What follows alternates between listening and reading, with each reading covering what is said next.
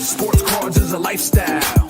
Sports cards and we live now. Jeremy Lee in the building and every guest that you ever needed. Sports cards after hours keep the hobby heated. Updates, hobby talk like you never seen it. Sports cards live and none could ever beat it. Sports cards is a lifestyle. Sports cards and we live now.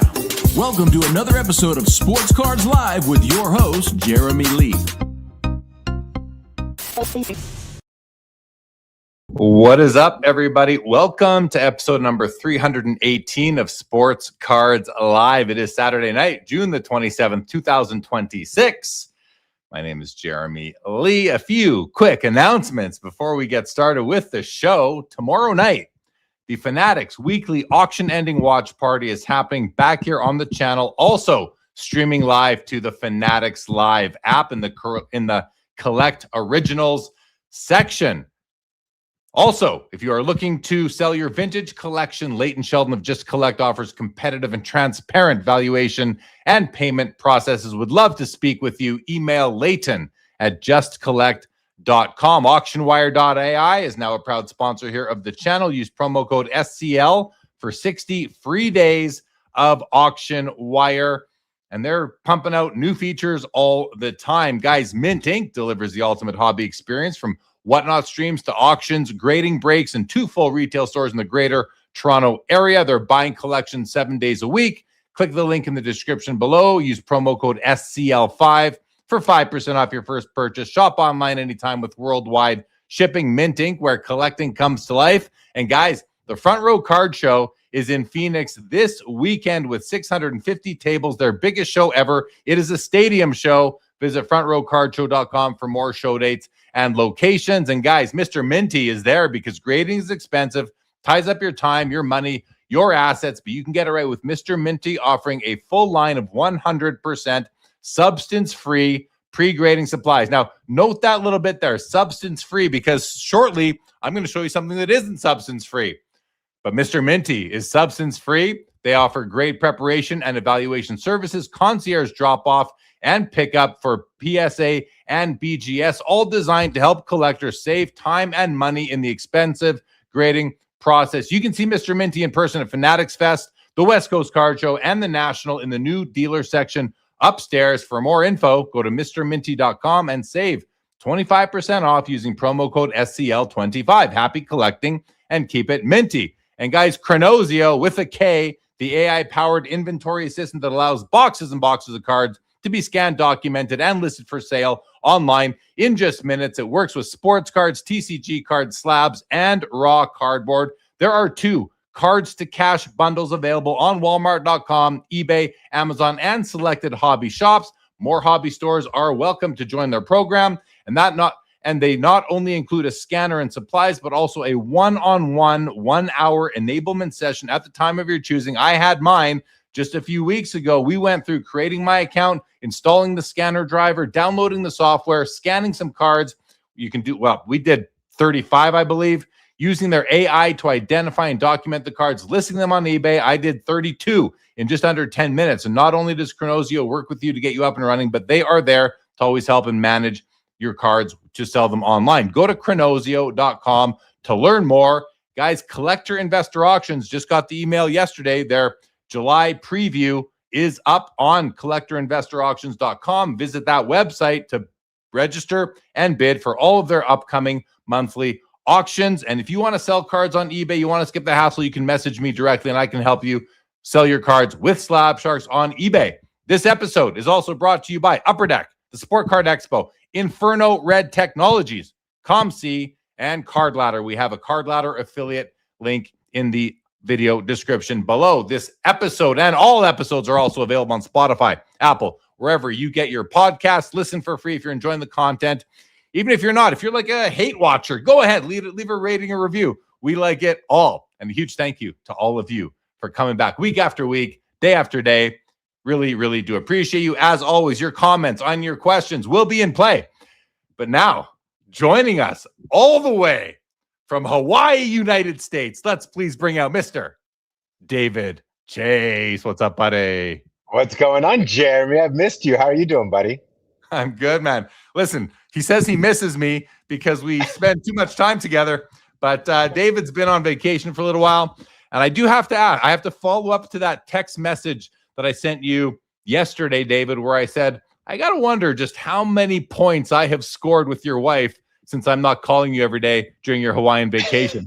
How pleased is your wife with me at this point right now? She's very thankful that that she's allowing you to have allow me to have family time. But she knows that I'm missing you. She asked me like 2 days ago. She's like, "You're having withdrawals from not talking to Jeremy, aren't you?" I'm like, a little, but, because Jeremy and I we a lot of times at night. We'll start with like a 20-minute conversation that goes 4.5 hours.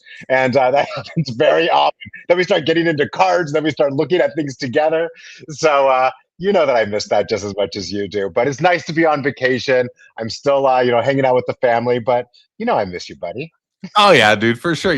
It's great because you are west of me. And, I'm a night owl. So I go on my late night walk. Sometimes it's 11 o'clock midnight here. It's an hour earlier in California.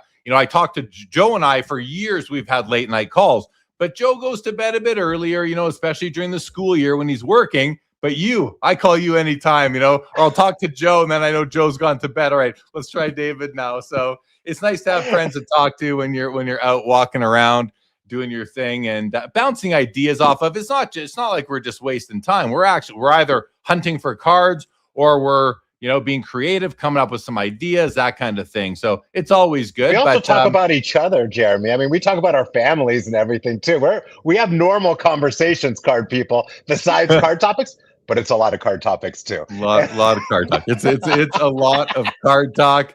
We've had a lot of action here, a lot of content coming out from myself, Sports Cards Live recently. I want to thank everybody who did come and check out the hunt on Fanatics Collect and Collect Originals this past Thursday. It was a lot of fun, and I learned from that first episode. And thank you, David, for being in there and checking it out. But I learned that it's different than doing this, so I'm going to continue to tweak it, make it better, more exciting, more engaging for people. So stick with me over there, guys. Do check it out if you haven't. There's also a link below, an affiliate link for the Fanatics Collect app, and please go click that. If you don't yet have an account, go grab one, and then you can go to the Collect Originals section in the live department and follow Sports Cards Live and notifications and all that stuff. But had a good time there. Tomorrow night we'll be doing the weekly Fanatics Auction Ending Watch Party almost as per usual here on YouTube, but we'll also be doing it to Fanatics, and it is going to be different software. So you guys are going to be in for a little treat, and maybe I'm in for a treat too, or the opposite of a treat. We will see how the software goes. But all right. Well, listen. And then Enter the Inferno. We received a lot of submissions for Enter the Inferno, which is the live tech pitch event happening at the National. Co-created that along with Inferno Red Technologies with full endorsement and assistance from the National themselves. It's been a kind of a three-way planning project for a couple of months already. So excited for that. We got some great contestants. We're going to be reaching out to the finalists here very soon. And David, I think, was this the first time last Wednesday that you did not appear on an episode of The Hangover? I think that was episode 6. And how did it feel not to be on it? Yeah, come on. What were you feeling there, buddy? It was hurt, sadness. No, I was happy for you and Joe. I always love to see you and Joe together anyway, because you guys are my friends and you guys are the old school crew to be together. So it brings a smile to my face to see you. But of course I had, I felt that I was missing out. It was sad to also feel like that I wasn't part of your crew during that weekend, that week as much as I usually am. But we have many other weeks in the future to be together. So it's okay to miss one every once in a while. Just let's not make it a habit. All right, Jeremy? Yeah, exactly. Exactly. If you're watching on Instagram, come on over to YouTube. That is where the action is. So we are going to we're going to go for the first about 35 or so more minutes, myself and David Chase. We are then going to welcome Chad Hawk from GCC. He's going to be joining us. He's got a great story and some great insights and some experience that I think a lot of you will be really interested to hear. And then we're going to bring on Chris Hoge for the final hour. Listen, I have a feeling, although, I could be speaking too soon, that this might be our first more 3-hour episode versus the 4-hour episodes that we've been having for the past month or so. And yeah, David wants to go for it. Well, you're only here for the first 90 or so, David. So yeah. I still get to listen to it when I'm off though, Jeremy. So I'm still entertained, Yeah, I hear you. I hear you.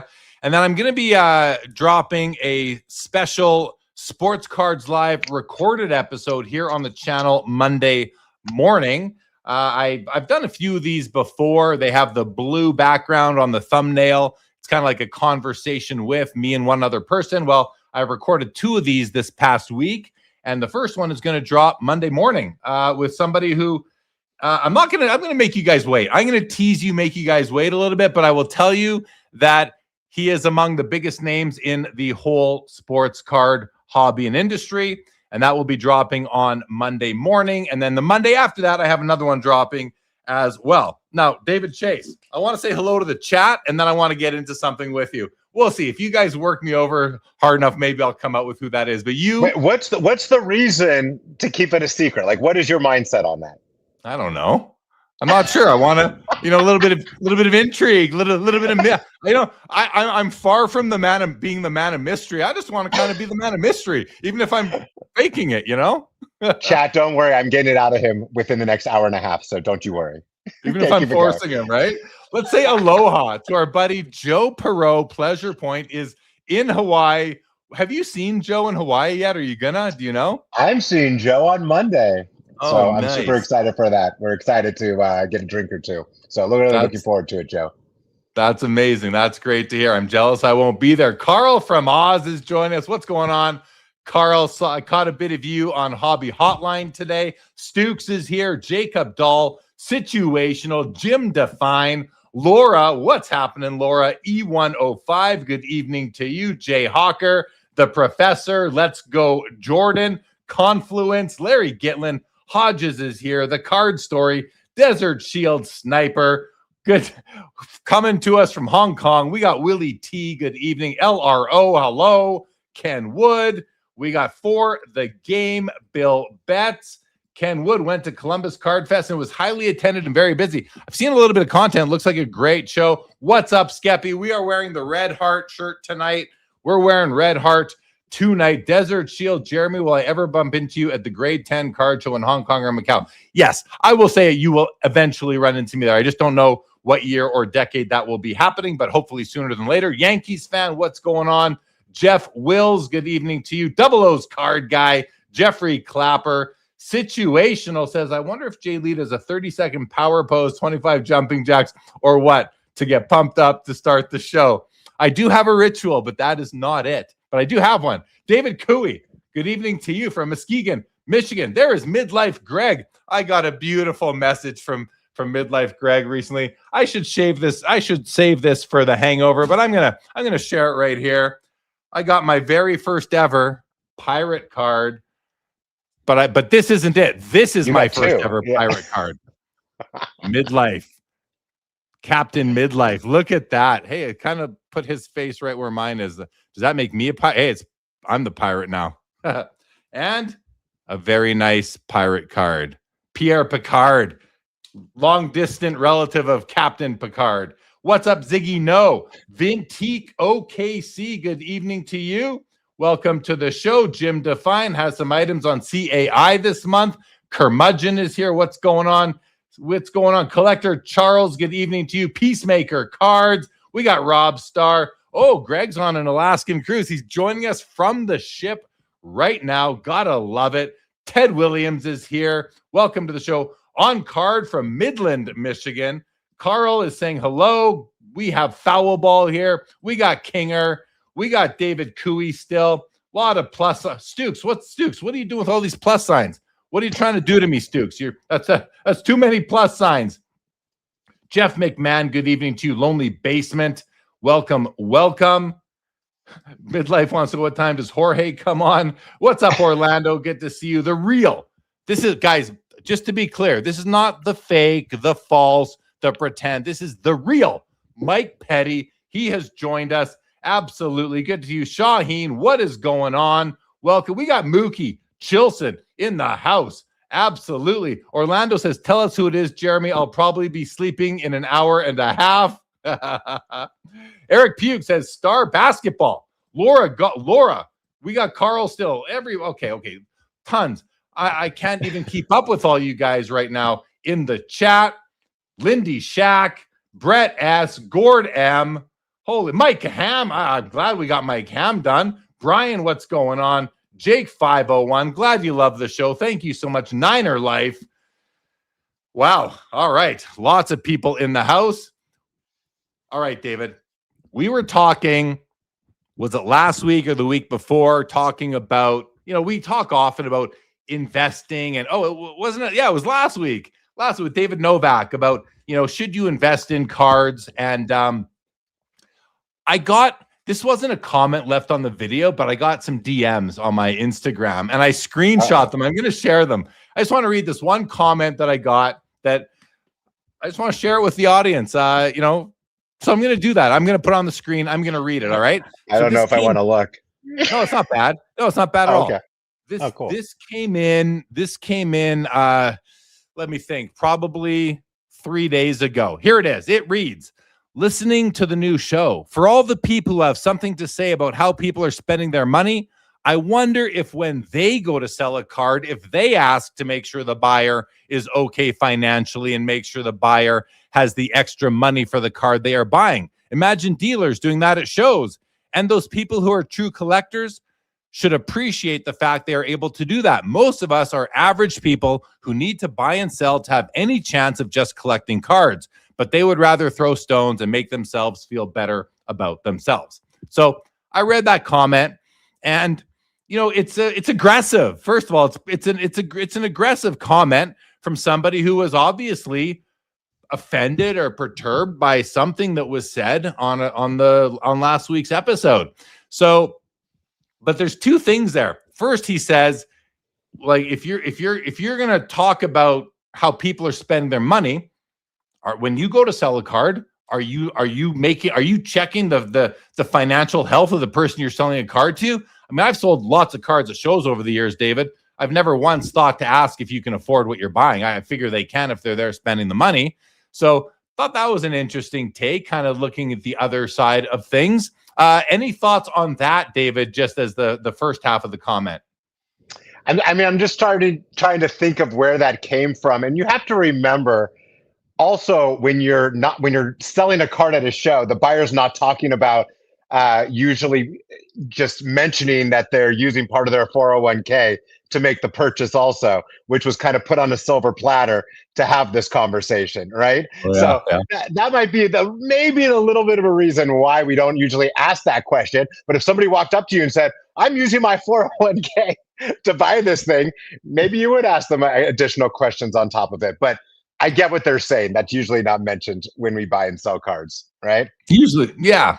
No, exactly. I never think about it. So, and listen, this is one person's lens, and somebody who I've communicated with on Instagram a little bit here and there, and that's fine. I mean, it's all good. No pushback from me either way. Well, we might get some. What am I talking about? We'll get some pushback, I'm sure. And then I'll put it back on the screen for a moment. The second part, those people who are true collectors, and he puts that in quotes, should appreciate that they're able to do that. Most of us are average people who need to buy and sell just to fund collecting, which I think is what when he says most of us are average people who need to do this. Most of us. Now, I just saw a comment from Foul Ball. He writes, the average collector does not need to flip to collect.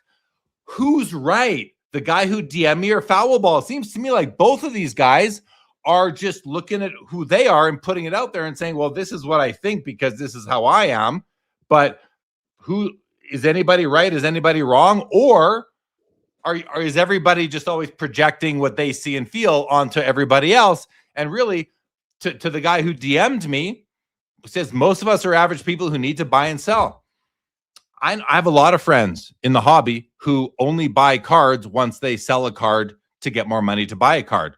I don't think that makes them average or not average or above average or below average. And some of those people have a couple $1 million worth of cards. Is an average person someone that has, I don't know what average means really. We're talking about net worth. We're talking about net cardboard worth.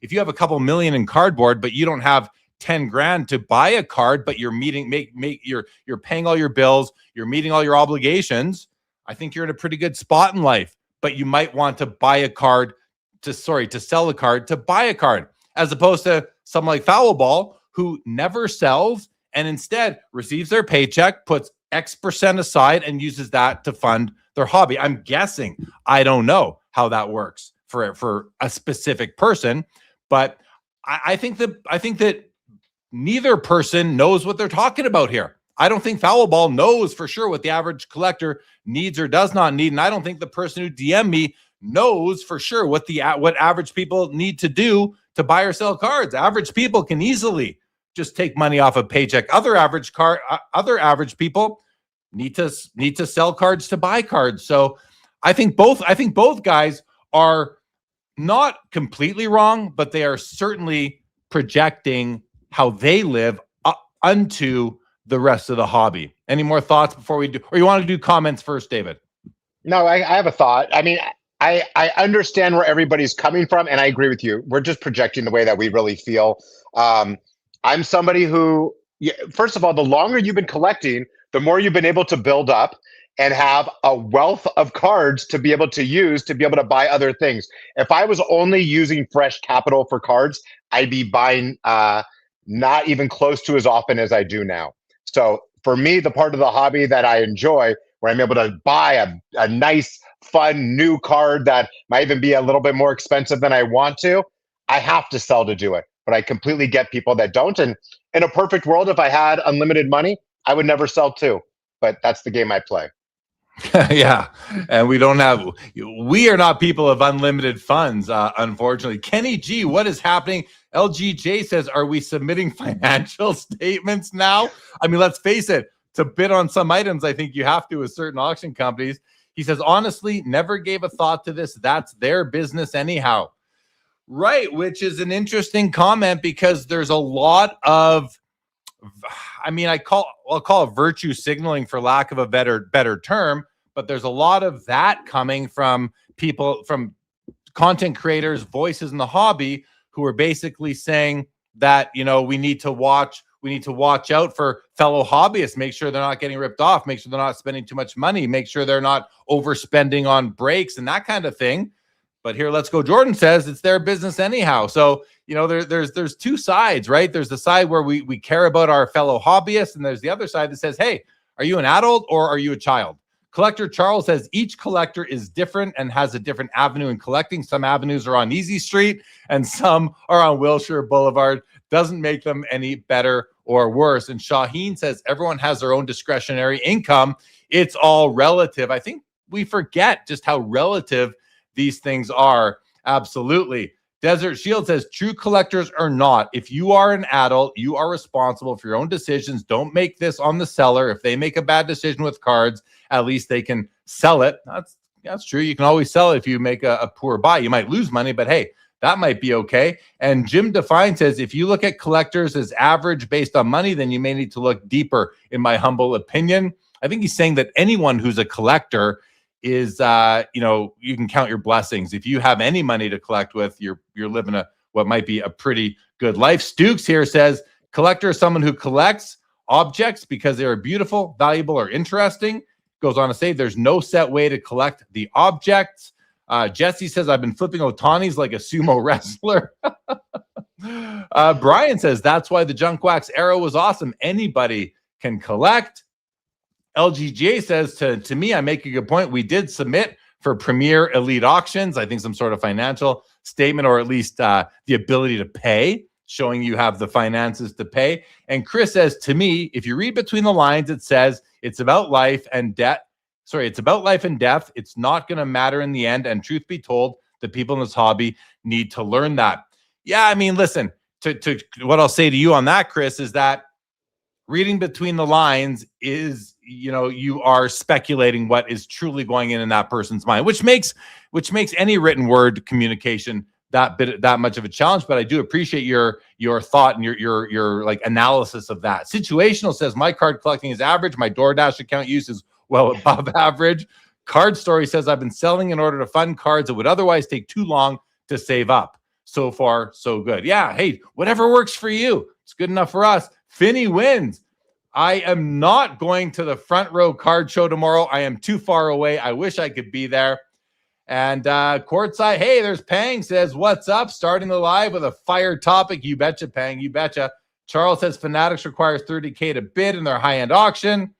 Carl from Oz, let's face it, any collecting is a bit of a luxury. I think that's what I'm saying. I'm with you on that one, Carl. Absolutely. Jeff Wills, I think the worry is in 1929 when 70% of stock buying was with debt. But hey, let's party and buy cards. Worry about it later. Skeppy finds it interesting how people voice their opinions without disclosing their daily lives and professions. If you're a loan officer, are you a bad person?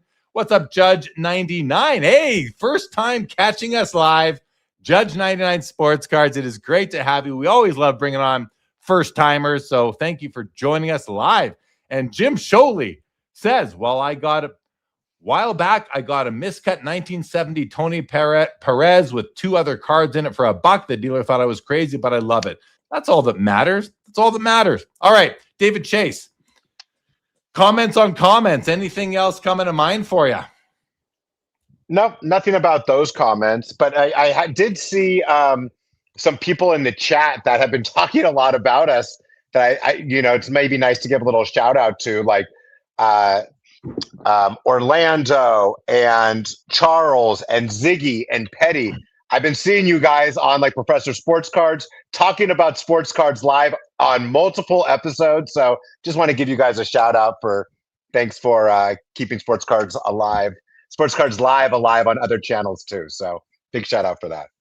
Thanks, David. And yeah, I appreciate that. I've caught snippets here and there, mostly because David has told me that, hey, we were mentioned here or there. So yeah, I appreciate people watching and spreading the good word. Definitely appreciate that. Hey, there you go. You're a star, David. You are a star. Hey, and congratulations to Orlando from A Collector's Dream and Sammy from Sammy Thunder. These guys just launched, those two just launched a collaborative new podcast called Card Show Culture. And that one is streaming on both of their channels or published on both their channels. Episode 1 just came out. So check out A Collector's Dream and or Sammy Thunder for their new podcast. And episode 1 was a very kind of a great starting episode, kind of laying the foundation for what's to come and for card shows themselves. So great job, Orlando and Sammy. Mookie says, I loved Orlando's new podcast with Sammy today. Very good. Charles says, thanks for the shout out, David. Maybe this will push me over 1,000 subs. So check out Collector Charles's YouTube channel as well. Charles, I'm subscribed to you, and I checked out a few of your videos the other day. So keep up the good work there, Collector Charles. Bobby Burrell. What is up, Bobby Burrell? One of the most educational YouTube channels in the business is Bobby Burrell VHC. You might say, what's VHC stand for? Vintage Hockey Collector. He wrote the book on this stuff. Bobby's been an inspiration to me for many years. He can tell you how kind of starstruck I was when I first met him after oh yeah, the guy's a legend, absolute legend. Ted Williams Fleer says, listen to their show already. It was awesome. He's talking about Orlando and Sammy Thunder. Jake's 501. I always watch a show afterward. This is my first live. Love hearing it, Jake 501. Glad you're here for the live. So, whoo. Reset. Wow, how do you do it? How do they do it in yoga? There's this, yeah. Deep breath. Absolutely. Okay. We are going to bring out Chad in about 10 minutes, David. Okay, maybe I will tell you who my guest is, who the Yes. conversation I had who it was with. So we just did it on Thursday, so 2 days ago, and it's already ready to go. It's already all beautified up, thumbnails made. So I mentioned that it was one of the biggest names in the industry, and that when I tell you who it was, some of you are gonna kind of say, I don't know that that's the biggest name, but there's a new documentary that just came out on Apple TV and Amazon Prime. It is called Signed, Sealed, and Delivered. Something like the business, the $1 billion sports card and memorabilia business, and it features a whole bunch of people in the hobby. Many of them are big names, but one of them is somebody who I've actually met a couple times in person in Toronto, of all places, because this is not a Canadian person, but at the Toronto Card Show. David can't wait to hear who this is. You're like, who is it? And this is a person who I think might have a bit of a polarizing presence in the hobby. I'm not exactly sure, but some of the people who do what he does are polarizing. But he is an individual who goes by the name of Joe Hollywood. Joe Hollywood. David, you're not even flinching. Do you know who that is? Joe Hollywood. I know Hollywood Dave. No, I don't know Joe Hollywood. That's California Dave. That's California from the hockey. Is that California Dave? You're right. Joe Hollywood. Joe Hollywood is somebody who is he's a breaker.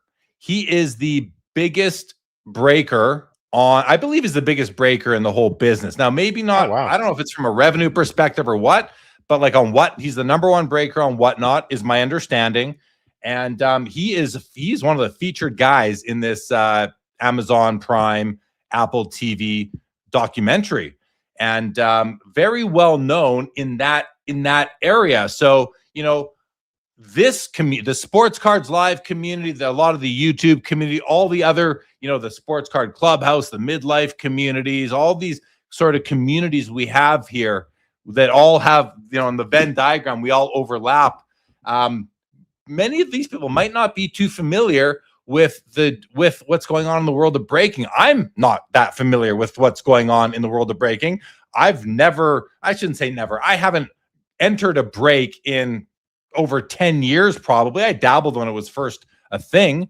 I don't even know that I've ever seen Joe Hollywood break except for clips on other people's channels. So I don't enter these places. Now, all that said, I am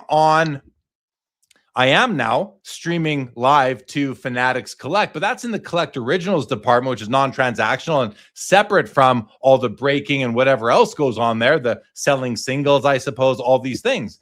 But it was really interesting and to chat with him. And that video it's locked, loaded, ready to go. It's going to go live at, I think it's either 7:15 a.m. or 9:15 a.m. Eastern. So on Monday, so early Monday morning is when it's going to go live. We went for over an hour. We had a great conversation. We talked about a whole bunch of things. So I think it'll be really interesting for people to check out. And hope you enjoy it if nothing else. So Collector Charles, you are welcome for the shout out. Sports Cards is a lifestyle. Absolutely. Jim Define says Greg is cruising Alaska because he knows it's full of Aleutians. That must be some sort of pirate derivative, I'm guessing. I don't know. Mookie says the documentary is called Signed, Sealed, and Delivered Inside the $1 Billion World of Sports Collectibles. Yeah, absolutely. It should be good. Charles says the first three names I heard in the hobby were Jeff Wilson, Boston Card Hunter, Jeremy Lee, and Joe Hollywood. I inserted Jeremy Lee myself. I should have said David Chase. That would have been even funnier. Yeah. So, but this is actually a really interesting comment from Charles here because, well, that tells me that Charles came into the hobby as far as social media goes at some point since, even Boston Card Hunter's new to the game only a couple years ago. Jeff Wilson's been around on content since I think 2019. And Joe Hollywood, I think, has only been around since 22 or 23. And, he mentioned that in our discussion. So, but that's interesting that those are the first three names that he ever heard. I find that to be quite interesting. Orlando says that Joe is a huge breaker. Shaheen says, isn't that the character from the movie Mannequin? Ziggy No says, correct, please. Hollywood is not allocated. Haves not trusted by FNAF. I don't know what you're talking about, Ziggy. Jim Define says, Doc Hollywood, Joe Hollywood, Double O's card guy breaking like an Australian at the Olympics. David Desert Shield is waiting for a David Chase community. Guys, David Chase does not have time to be his own YouTube channel. Here's the problem with David Chase, you guys. Oh, God, here we go. If David Chase were about to be so selfish as to take himself away from all the other channels that he graces with his presence to start his own channel, I think that'd be the end of David Chase. I think David Chase is better suited for other people's channels. I'm kind of being very selfish for myself. Yeah. I appreciate that. I think that's a nice comment. I appreciate that, Jeremy. Oh, Charles says Jay Lee was 4th. David Chase was 7th. Bobby Burrell says, thanks for the kind words. Vintage Hockey Collector has renewed its vows, now going by Vintage Hobby Curator. Did not know that. Congratulations on the evolution, Bobby. Jim, is it true that Joe Hollywood started out as Joe Hollywood Land? Hey, it might be. You never know. And PBJ says David Chase is too busy running by his bank. And Ziggy is throwing stones at Joe Hollywood. Ziggy, all I'm gonna say is don't, unless you have facts, don't spit speculation into my chat, please. And thank you. Can I ask you, Jeremy? Was part of having Joe Hollywood on a tape segment because you were nervous of the chat? No, it's because he does 36-hour live streams starting Friday night, ending Sunday morning. He's not available. 36 hours? Are you serious? Wow. He does crazy long live stream, breaking live streams. And the other thing I'll say to anybody who is, anti-breaking, if you don't like Joe Hollywood, fine. I mean, I don't really care if you like him or not. But either way, watch the video on Monday. Watch the video, throw stones at your screen if you want. I don't really care. I had a very pleasant conversation with him. I've met him in person twice that I can remember, both times. Incredibly nice guy. Now, I don't patronize his breaking.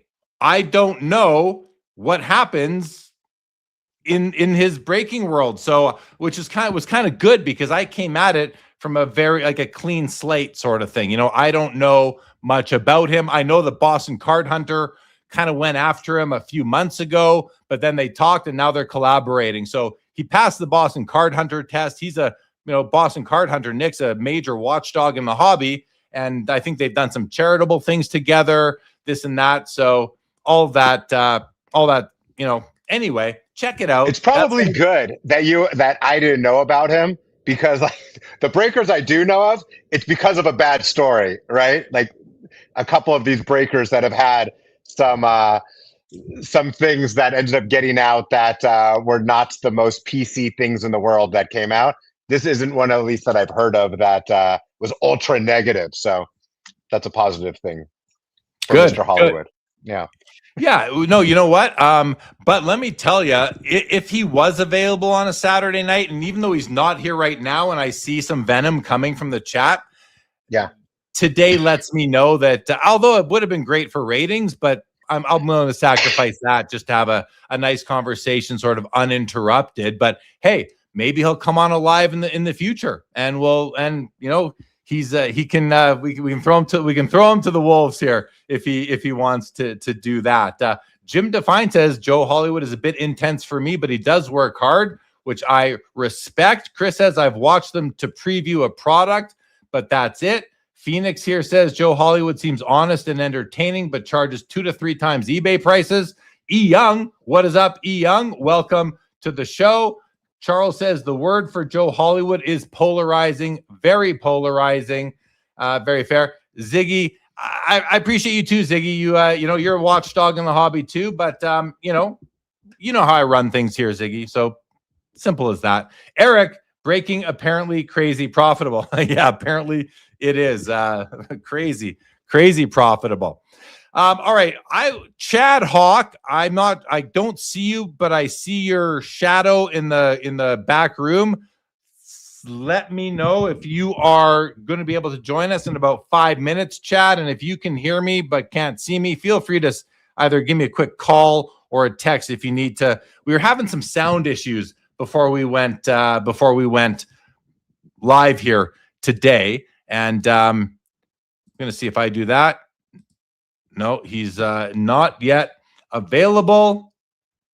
So, Jeremy, that's who you have this week. You said you have 2 weeks of superstars that you're doing this thing to. Should we get into number 2? We could. I guess we could.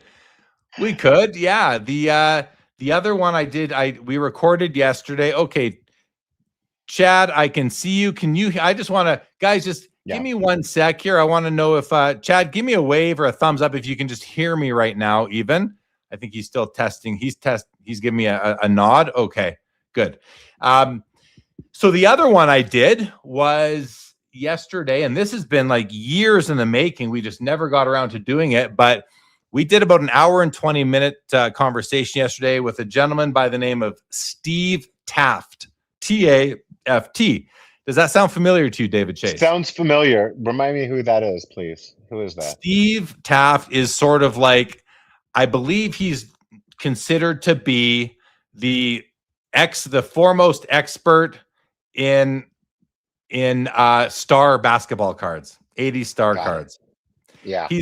He's a generation ahead of us sort of thing. He's an OG in the hobby. He was around in the 70s, the 80s, and he's got some things that he actually announces that have never been announced before coming to sports, coming to the video with him. That's going to drop 2 Mondays from now. And I'll just one more thing at the end of the discussion I had with Joe Hollywood, he said to me, he goes, I've disclosed a whole bunch of things here that I've never said elsewhere. So we got some good exclusive kind of information coming from both of these guys, and they were. I had great discussions with both Joe and Steve Taft. So we get into star cards, which is the real rookie. We get into counterfeits. We get into PSA grading the star cards, Beckett grading the star cards. A lot of information that I just didn't even know about before. So cool. Look forward to it. Ryan McClanahan says, Jeremy, any plans for the National or too early to tell? It was nice meeting you last year. Ryan, yeah, I mean, the plans are forming. But few extracurriculars. We'll see you there for sure with Michael, I bet. So looking forward to it. What's up, Found Treasures? Skeppy says Steve Taft is the authority of star cards. Really nice guy. Talked to him on the phone. Very nice man. Absolutely. Yankees says Steve has been a basketball guru for a long time. Jesse says Jack Frost is polarizing. Fair enough. Fair enough. All right. I think our guest, Chad Hawk, is ready to go in the back room. David, anything on your mind before we switch up the topic? And by the way, I have a couple of videos I'm going to share with all of us that are going to be a part of the show and a part of the discussion with Chad. So make sure you stick around for that, everybody. Well over 200 people with us right now, which is great. A couple people on Instagram. I see Splenda there on Instagram. Coming over to YouTube, guys. That is where the action is, as you well know by now. Red Heart, dog food, baseball cards. David Chase. We're missing Joe Perreault.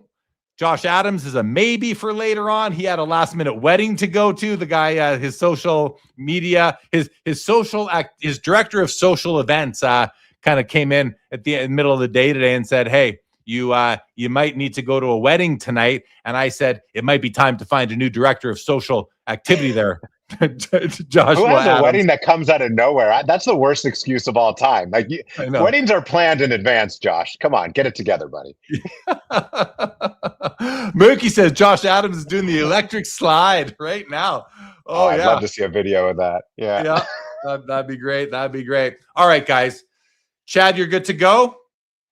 Chad is good to go. All right, guys, we're going to bring Chad Hawk onto the show right about now. Let me just change up the streamer on the bottom there. We're going to change up the marquee as well, give equal visual rights to everybody. That didn't make sense, but that's okay. All right, guys, please welcome Chad Hawk from GCC. Chad, welcome to Sports Cards Live. How are you doing tonight? Welcome. Great. How's it going, guys? How you doing? Doing good. Doing good. I love the no echo. This is excellent. It is good to have you. David, say hi to Chad. Do you know David, have you ever seen Chad? Have you heard about Chad yet? I read about Chad when I knew he was coming on the show, so I tried to learn a little bit about you, Chad, but it's nice to meet you in person. Absolutely. Absolutely. Great to meet you too, David. All right, guys. Well, first, why don't we learn, okay, what is GCC? Who's Chad? What is he doing here on Sports Cards Live? Well, I met with Chad the other day, and he really educated me on sort of the structure of some of these grading and authentication companies in our space, and not just in sports cards, but in collectible grading and authentication. CCG is a parent company to other grading companies, similar to how Collectors is a parent company to PSA, Beck, and SGC. But Chad, why don't you first just let us know a little bit about your history in the hobby, where you've worked, and we'll talk about GCC after, but give us a bit of your hobby history so people have an understanding of who you are and what your level of involvement is and has been. Sure. Sounds good. Back in early 2000s, I joined CCG as part of a small handful of graders, worked with PMG in the banknote division, and they primarily were working with coins, banknotes, and comics at that time. So we were working there and grew immensely. And over that course of time, I worked with many people, become vice president of PMG, and then worked with the other developments going on within CCG and that umbrella, one of them being sports cards. So being a collector, that was the original thing that got me into collecting as a kid. I've always loved sports cards. My dad got me into that and everything. So grading started with sports cards, ironically, and then I kind of moved into banknotes and was able to just have such a great experience there, not only building the grading companies and working with teams, doing all those things, but being able to travel, meet with people on both sides of collecting and dealing so that you can really understand all the dynamics that are involved. So worked with them for 20 years, a little over 20 years, had a great career. And, while that was moving, we were growing, obviously. So you have private equity, things like that come in, and it changes a little bit with ownership, of course. And then that connection that you have from the top down with collectors being the ones involved all the way through. So one thing I noticed was there were some solutions that were missing, I felt like, in a couple areas in collectibles, banknotes, and sports cards. So with that, in 2025, decided to make that transition, and here we are. Okay, so CCG, the parent company, Certified Collectibles Group, something like that. Is that what that stands for? That's correct. You mentioned PMG. What does that mean? Paper money guarantee. So that's like the PSA or it's a grading company for paper money. CCG also owns NGC, which means Numismatic Guarantee Corporation. So that's for coins. Correct. And then they also own CGC, which is? I think Comic Guarantee Corporation. But they're also now sports cards. That's also the sports card division, is it not? Correct. So there's kind of a soup of acronyms within. That's another reason we went with GCC to kind of cover all of them in one little blanket there. That is the new company that you are representing, which we'll talk about in a couple of minutes. But what I found interesting was when CCG decided to get into the sports card and I guess the sports card grading business, because up until then, were they already grading like Pokemon and that sort of stuff, or did that? Because here's my recollection. David, do you remember this? This goes back a few years ago when Andy Broom and Weston Reeves left Beckett Grade. These were both senior graders at Beckett Grading. They left. They were basically like plucked from Beckett to go start up CGC, or whatever they were calling the sports card grading business under the CCG umbrella. And that gave them instant credibility with having two well-respected graders. When that happened, Chad, you were already working in the CCG group. And when they decided, when that group decided to go into sports card grading, whether or not there was Pokemon 2, we don't need to figure that out right now. But when they started doing that, were you a part of launching the CGC sports card grading division? Not directly, no. So there were things where, because I was working in leading PMG, I worked with Andy and Weston on certain things regarding operations and dynamics there. And then we discussed certain things around strategy on the background end, not necessarily with Andy or Weston, but things that you encounter with grading and building the grading teams, the guides, the things that you want to use to build those structures. So they were more or less working with the development and other ends there, but you would see me on grading, maintenance, and operations a lot of times with how to make those function on an efficient level. So you have, so to kind of put a bow on that, you know, part of your life, 20 years working in the CCG group of corporations, you saw a lot of different things when it comes to authenticating and grading collectibles, whether that is sports cards, paper money, coins, TCG. You were in and around all these things for 20 years. That must give you some incredible insight. Do you feel like you have inside information, tricks of the trade, anything like, do you feel like you have insights that the general public doesn't into sports card grading and authenticating? No, I do not. I think you may know, like, as certain things are going to start to happen, for example, like video games. One thing you can use as, I wouldn't call it inside, but if video games are going to become something that's going to be graded or certified, you know that market's about to change. So you may want to move into that. So anybody who's working closely like we are, you hear things like that, and I think that's more of your collector mind rather than, oh, I've got an inside tip. Here's where you want to go. As we know, you never know who's going to be injured, who's going to move with the hype train in these sports. So if we all knew, we'd all be jumping on. So it's what you have is you're able to see some really great things. For example, I was able to see things that went to the moon. Some of the top comics that would go to auction, some amazing things. I saw Kobe Bryant Sports Illustrated that had Michael Jordan on it. That went straight to him. So it had the name tag of Kobe. So just really amazing things like that. And then meeting people who are very influential. So it was more of an exposure to give me the background that I need now by being able to just be in different environments around collectibles. So inside tip, maybe not, but it's certainly fascinating. Right on. Okay. Well, now that we have a bit of history of like where you've been, and do you collect sports cards today? Yes, sir. Yes, I do. David Chase really wants to hear, what is it that you collect, Chad?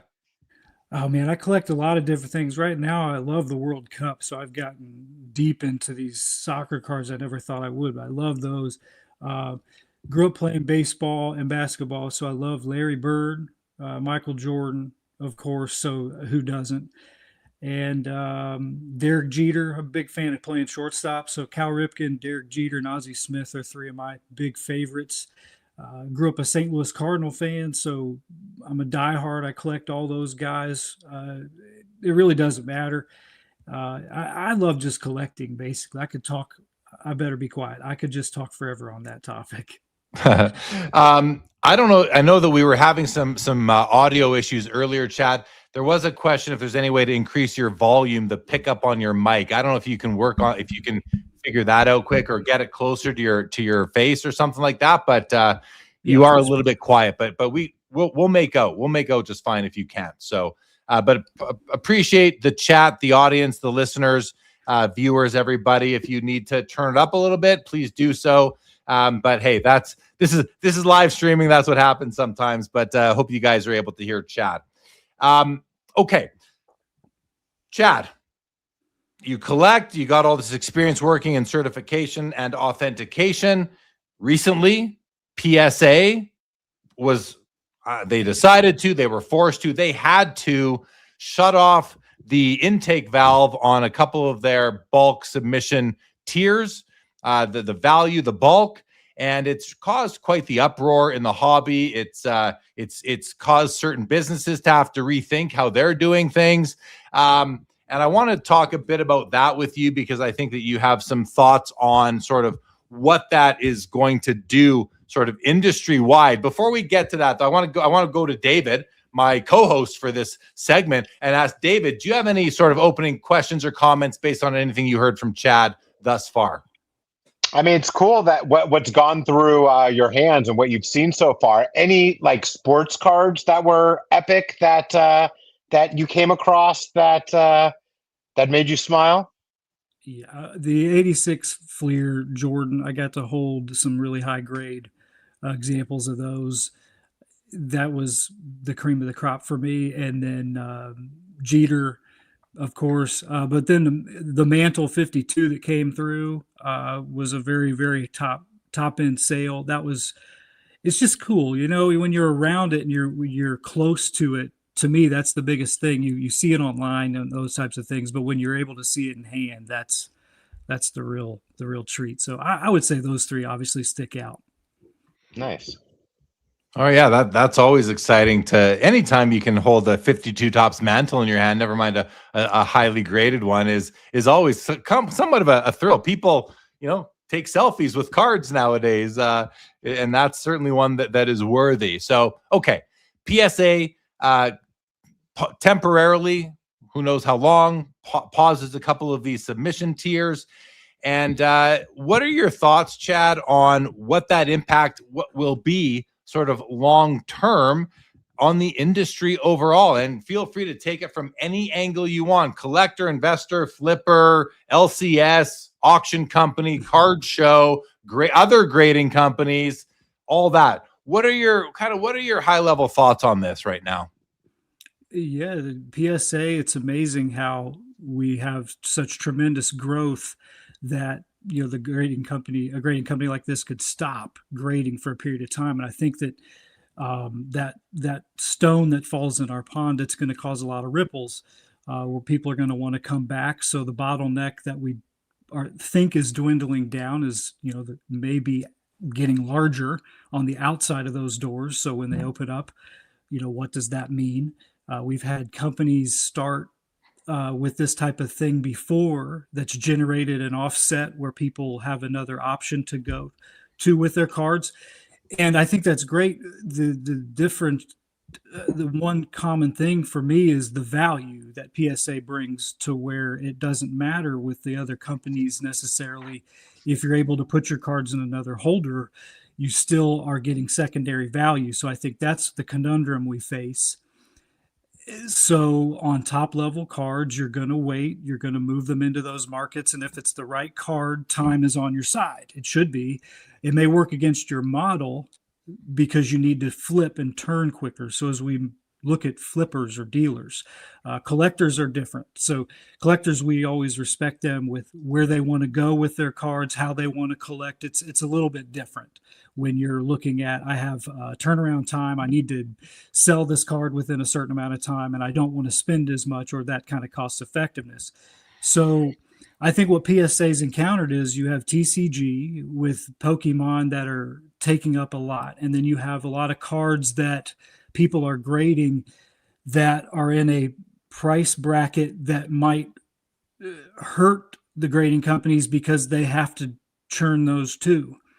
And then those cards where we get to GCC is, if they're not a 10, they don't achieve what they're looking to achieve, and then they start to lose their cost effectiveness. So that was one, moving into that, what's the solution for that? When you have companies like we talked about, Jeremy, that have to pay for materials to encapsulate, that fee trickles down to the collector, to the customer, to the dealer. So there needs to be an option where you can move cards that are in a lower price bracket that don't make sense to pay $30 or more or around that area to grade.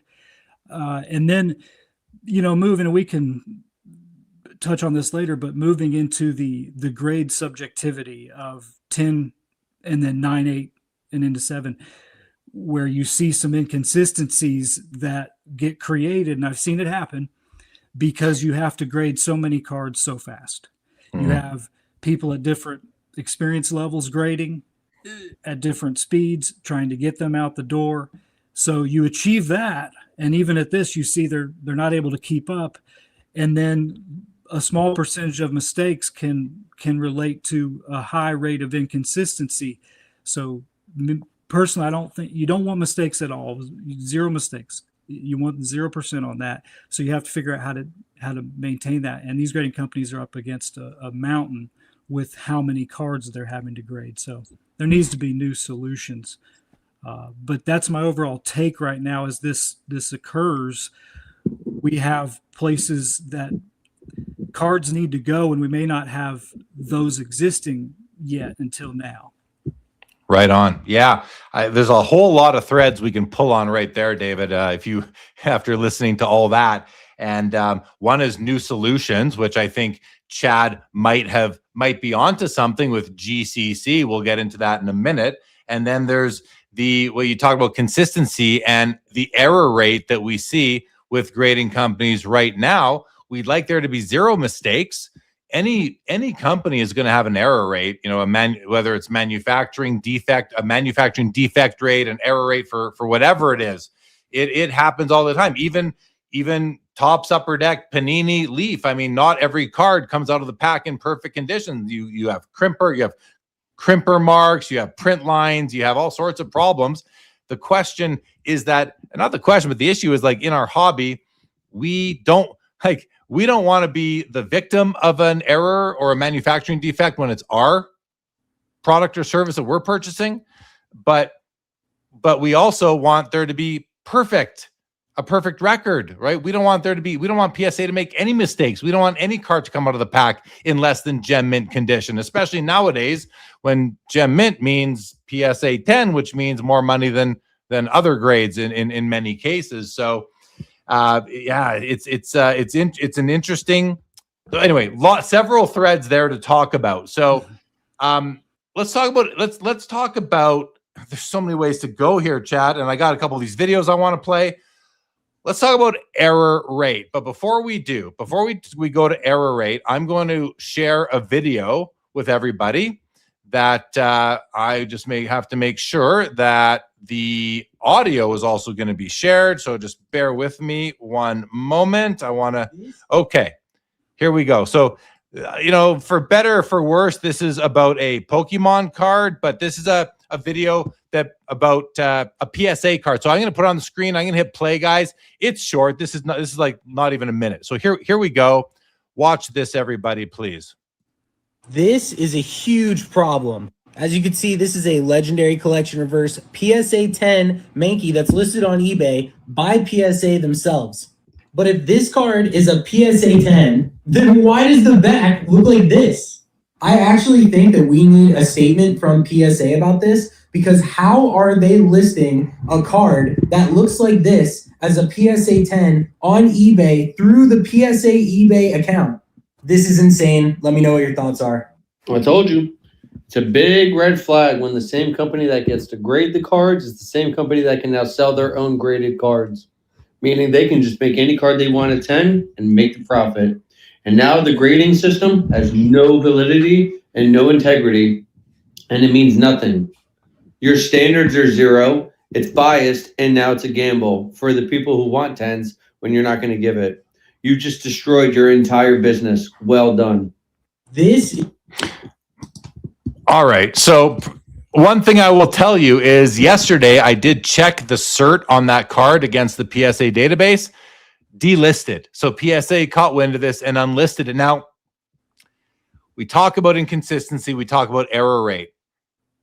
I don't know how well you guys could see the back of this card, but it was tattered. It is not a 10 by any grader in the world would not see that as a 10. I actually don't think that PSA put it as a 10 just to give out a 10 or to sell it themselves. I think that's kind of ridiculous. I don't think the PSA is doing that, especially because I don't think they're selling their own cards.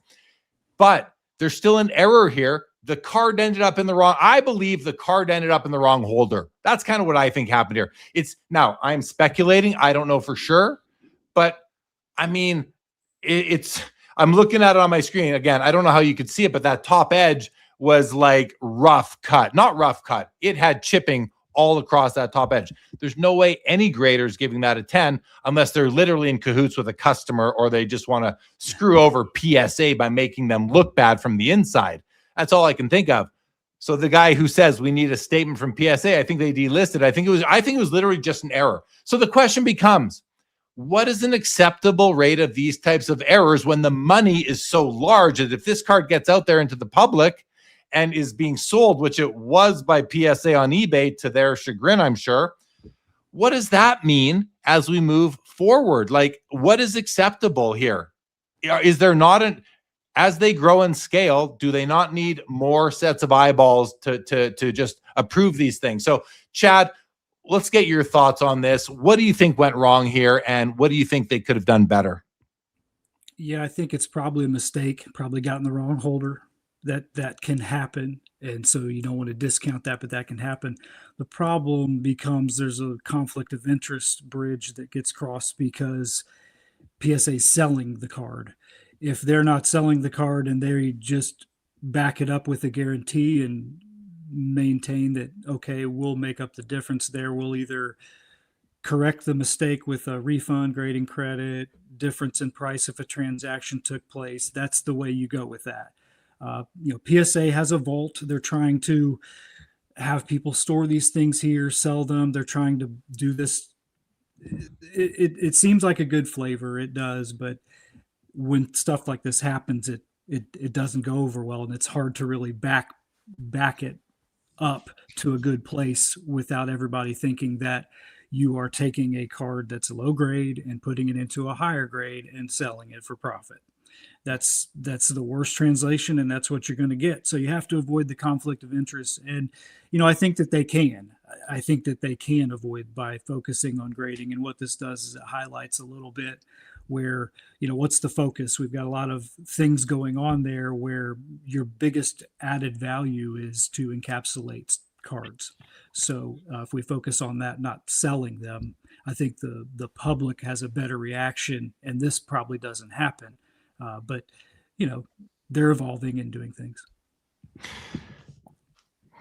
Yeah, fair. I mean, I think there was a comment. I don't know where it went in the chat. Somebody, I would love to find it again though. But there was a comment. Someone said, that the comments being made in this video were irresponsible because it is likely just putting the wrong card in the wrong holder. Now, regardless of that, the fact is it got out the door. It got out the door and into the public domain, and that's just not great. Obviously, that's just not good. But I don't think that this is a case of. I think it's a case of like what you said, Chad. I think I'm speculating. I don't know for sure. I don't know. I don't know what goes on behind closed doors at all. Vintage Card Collector does know what goes on behind closed doors. He says right here, they don't own the cards being sold. Come on, man. It's not hard to figure out. I think what Vintage Card Collector is saying is that PSA does own the cards that are being sold. That's a great level of intelligence. And if I were Vintage Card Collector, I would probably start up a YouTube channel and put out a video breaking this news, because that would be a great story in the hobby to have evidence that they are selling cards that they own. What do you think? David, we'll get to you in a second. I want you to think about all this and have your thoughts. Chad, what do you think? Does PSA own the cards that they are selling on eBay, or are they other third parties' cards? I mean, to my understanding, they're not their cards. It's the customer's cards, and if they want to store them there and they sell them, of course they may get a fee and things like that. So I think the association and maybe the gray area would be good for them to define. for people to understand, okay, this is who the card is. It could cover a lot of ground there. It could, for sure. And then here, Wesley says, it's quite rare for a card to get in the wrong holder. It's very common for the grades to be simply wrong. David is nodding in agreement. I mean, do we really know how rare it is to get a card in the wrong holder? Remember, guys, they went from grading, well, I don't know, I'm going to guess 50,000 cards a month to 1.5 million. Do we really know what is rare and what is common for an error in that assembly line? Do we really know which is which? I don't know. I mean, it's always fun to think we do and to put out publicly that we know what's going on. But most of us, myself included, we are all very often projecting. Vintage says wrong, Jeremy. PSA does not own the cards being sold on eBay. Well, that's what I thought was the case as well, Vintage Collector. I thought you were saying that they do own the cards being put on. Well, you should go revisit your comment, Vintage, and maybe just make sure you're being very clear with me in your comments so that I don't misinterpret them, because that's what happened there, obviously. David Chase, over to you. All right. So I think this is a mistake, all right, which is not a surprise. We all know PSA has a lot of mistakes. Everyone who has ever heard me, I do not defend PSA, and I complain about them very often. But since they've started to give PSA offers, which are from other dealers, or list on things, I mean, over the last couple of years, PSA's grades have been so much harder since they've been doing this, right? Ask any vintage collector that submitted 8 years ago compared to now. I don't know if they're giving higher grades since they started selling cards, at least in the cards that I'm looking at. I'm not into the ultra modern where it's all 10s, but at least the versions that I'm looking at. What I really think is that the mistakes really cannot happen, especially when there's a difference where it can be 6 figures between an 8 or a 9 or things like that. I'm just really ready for AI to be able to grade a card. And I think that a lot of the world is going to be ready too. Chad, I'd love to hear your opinion on, are we going to get to the point where we don't have to have human mistakes and can use AI for grading eventually soon? What's your thought on that? Yeah, I think the one big thing I noticed was the grading scale with sports cards. When you compare it to banknotes, banknotes and coins are graded on a 70-point scale. So you have more room to separate the looks that you see, and you can differentiate it. And of course, things get up to that near perfect grade where it gets difficult. But with sports cards, the 10 and the 9, and even with the 9.5 and the 0.5s, it gets really difficult to differentiate top level grades. So it becomes a matter of ratios. And I think that's what people are doing now with grading is, well, if we give out all these 10s and there's more 10s than 9s, what happens to the value? So to your point with AI being able to zero in and grade these things and get down to a level like that, it's hard to say how that's going to be accepted. And I've worked with that concept actually in development and seen some big failures. But it doesn't mean that it can't work. Not to shift to, go ahead, David. I was just going to say that point that you just made, where AI can barely tell the difference between a 9.5 and a 10, or a 9 and a 10, we can't figure that out either, right? So all of us that are paying these crazy prices from a 9 to a 10, look at AI can barely figure it out. We can barely figure it out. Maybe we shouldn't be paying 20 times the price for a 10 compared to a 9. I don't know. Just makes you kind of think, right? What do you think, Jeremy? You know what I think, David? Yeah. I mean, it depends what listen, I don't know much about AI and grading. I know I have some insights into what happens, or what happened over at Tag. I say happened because I haven't been in their office in a couple of years now. And, I'm not in as much contact with them as I was for their first couple of years. So I'm not really keeping up with what's going on in the, machine learning, AI, computer grading area. But I do think that regardless of where it goes, there still needs to be somebody laying eyes on the product before it leaves the building, saying, just verifying that the grade makes sense for the way the card looks. And you cannot do that in 6 seconds I don't know how long it takes, but you need to be able to actually look at the card. So, but I will tell you that, Tag was sort of first out of the gate with consistent grading, not perfect, but consistent grading. And TCG accepted them with arms wide open. The sports card hobby shunned them, resisted them. There are content creators who actively kind of lobby against them. And so, sports card content creators. So I don't know. I don't know that the sports card hobby wants that. I know I do. I want consistency. I want reliability. I want to know that the card I'm buying can be graded the same grade every time it goes back in for grading. PSA can't do that. Human grading can't do that. Tag can do that better than anybody can, and maybe that's even improvable still. But the sports card hobby seems to rather like to play roulette.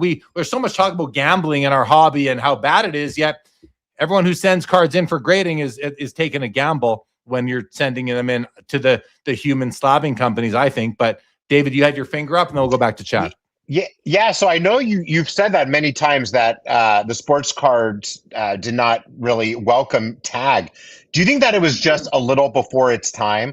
Now that PSA has kind of run its course and PSA has gobbled up a couple of their competitors, it was a lot easier when you could go to SGC or Beckett or things like that. But now that we're all under the same umbrella and we're kind of hearing a little bit more frustration with PSA, what do you think if Tag came out now instead of a few years ago? You think that they would have been embraced a little bit more? Yeah, they might have been a little bit early, and they were early anyway, right? Their technology wasn't scalable when they did launch, but the industry was where it was at. It's felt like better get out there now. I guess they didn't know that there would be a second bull run coming a few years later, being right now. So, but hey, hindsight's 2020, and you never know. But maybe eventually, listen, who knows what'll come of that, or where if Tag is just going to be a TCG company. Well, great, they're running it at max capacity anyway. They're running 3 shifts. They've doubled their floor space. They're doing good things over there. But they still can't meet the demand. The hobby is growing faster than grading companies can evolve and scale up. And that's why let's talk about what Chad is up to now, because we talked about error rate, which brought us to this. There's the other topic, the other thread there, which was new solutions. I want to give Chad an opportunity, guys, to introduce, if you don't know yet, what GCC is, because I have some thoughts on this, and this might be, I'm not going to say it's going to solve all the problems of sports cards and grading and authentication, or TCG for that matter, but it might be well, Chad, why don't you tell us? So don't just talk about what GCC is. Tell us about the catalyst moment, the light bulb moment you had, Chad, when you're like, I want to go do this, and here's what it's going to be. And how did it all come? How was this thing born out of your brain or your team's brain? Mm-hmm. Yeah, this is a good segue, because when you talk about the inconsistency or the how grades come together at 8, 9, and it can be very subjective, and you don't know what you're getting. You're just basically finding out that you didn't get a 10, and then it falls into this off the cliff value, and you don't know what to do. So instead of locking the cards in at 7, 8, and 9 when they don't get a 10, because you need the 10, we know what they do, what David was talking about earlier, they go to great levels. So after that, instead of handcuffing them with grades, especially if it falls below a 9, where you could resubmit it and it could get a 9, or those types of things can happen, you want the card to do the selling. So that's why we have the ranges. And when you also combine that with collectors don't have the money to spend when they're trying to flip cards, when they spend money with an encapsulation company and they don't achieve the 10, they've lost that money. So you need a middle level product that's providing that. Now you couple that with people need cards prepared. There's a lot of people out there that might try to package their cards, and then all of a sudden I got a lower grade because I mishandled it in the penny sleeve or whatnot and all those things. So this product, what it does is it offers a solution in the middle of, preparing your card and getting it ready. And then when you get that pre-grade, this isn't to pre-grade what PSA is going to call it. That's not what we're doing. We're pre-grading it in a range for you to then sell it, market it, take it to another dealer. For example, I thought a lot about how people go to shows and they want to present them to dealers, and I've seen both sides. The dealer doesn't have any time to look through raw cards that they cannot tell what's going on with them. They need some kind of idea of where those conditions are. The collector does not have the money to spend everything they need to spend to get those into maybe locked in 8s where they just lost the value. So that intermediate product that didn't exist before was a pre-grade, if you will, to not lock in a number because we think we know the number. We all know we could come up with a different number here and there, except when it gets to the example you just showed where we know that's not gem mint. But when it comes to the rest of that, let's say we have a card that us three all have 2 8s and a 9. The value of that card should fall where we negotiate in between the 8 and the 9, not at the bottom of an 8 because it's locked in an 8 holder, or not at the top of a 9 because I'm selling it and I'm not moving. You see negotiations happen all the time in trading with cards all the time where they don't sell at 100%, and the grade, the buyer and seller may not always agree on that, but they can agree that it's in a general area that is productive and represents well on the market. So now you need, behind that, you need reputation. There's a lot of good reputations out there that take too much of their time to explain this card is worth your time. It's in good condition, blah, blah, blah, blah, blah. I need to move on to my next sale. Well, that's a raw card because I know it's not a 10, I can see, but I'm not going to grade it. So it's going to sit over here in a raw pile, and it really doesn't move because you can't sell it for where you want it to. So you need that certified with something reputable that you can verify online as well, that you can't just move in and out of other card holders, things like that, that then can now go to the secondary market, whether it's eBay, whatnot, or let's say a dealer that wants to move this into their model and send it on for encapsulation because they have, due to volume, you'll see this on grading, some people can grade more cards because they have a system that grades more in general versus I've only got a handful and this is one of them. So I can't afford to do that. So you have cards that have a value that it's not low to a lot of people in this industry. We have a lot of people that buy and sell on card levels that are a few $100s or more, but you also have a lot of people that buy and sell cards that are less than that, and they don't have a vessel because if they're not a 10, they lose their value and they fall into the raw market where you see a lot of that on eBay and where you're scrolling, there's nothing to help it. So what people need is they need confidence, and confidence adds value. And that's where we bring the reputation, the certification, the care, the security of all of those things that go into those cards that fit that pocket. And then what it also can do is alleviate the encapsulation companies that are forced to do cards that don't fit their model. Millions of cards, that's great. But now if we could move, like I say, the semis outside these lanes so we can get everything moving smoothly, those can now move in those lanes with the products that are there for them. And now everything moves together and we're not all waiting, for 2 seasons to pass by before you get things back because they represent a different level. And the tier that's cut off is the value tier.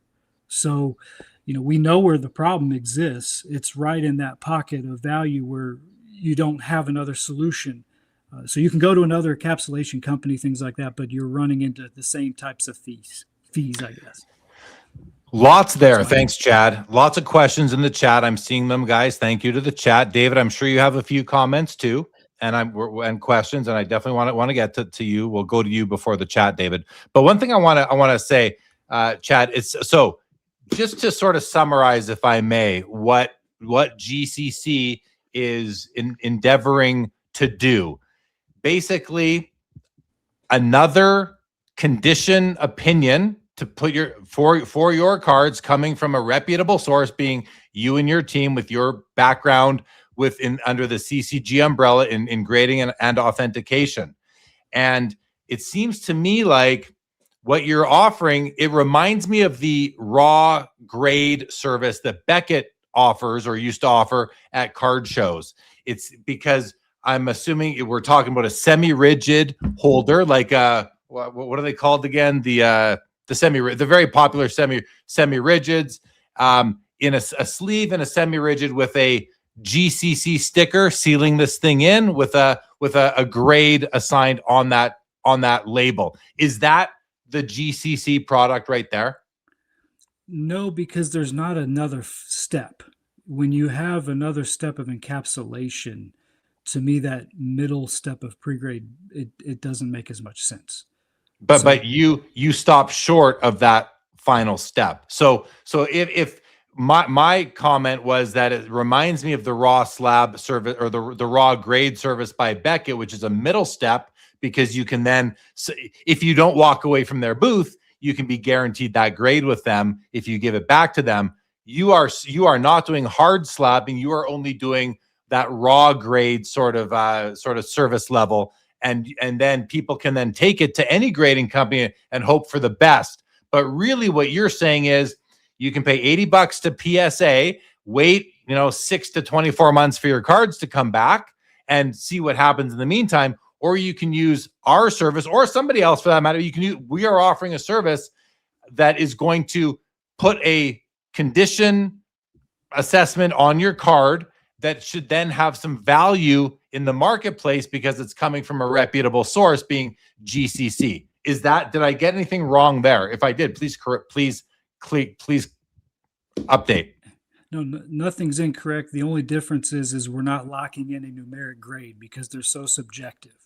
So it can vary, and that's what you don't want to do to customers, is say, we've locked this into an 8. Well, it could be a 9. And those values are different. So if it's on the fence 8 and 9 and we see how subjective they are, that's where you want that range to represent that with strength, because that's where everybody's kind of agreeing but disagreeing. So you could put it in an 8 and say this is going to move to an 8, or you could say this is going to be a GCC gold, and now you're buying and selling with more flexibility and better opportunity following that. No numbers. Correct. Oh, no numbers, guys. No numbers on the label. It's Correct.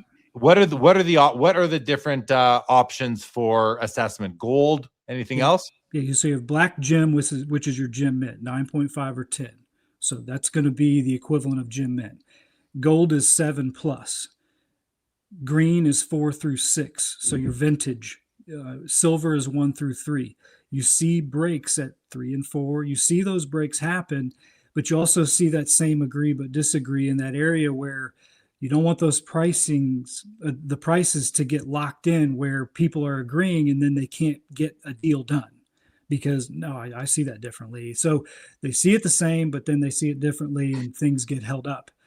So you want to put that strength back in the card rather than the label. And you see that often in our industry, people buy the label, not the card. So like that card you just had with those gentlemen, if you buy that label, you bought a 10 and it doesn't represent the card. If you buy the card, no one's buying that card. So we want the focus to be on that card where it's the most subjective, but also understand that mint level is that gem mint level is you can't touch it. Okay, appreciate that.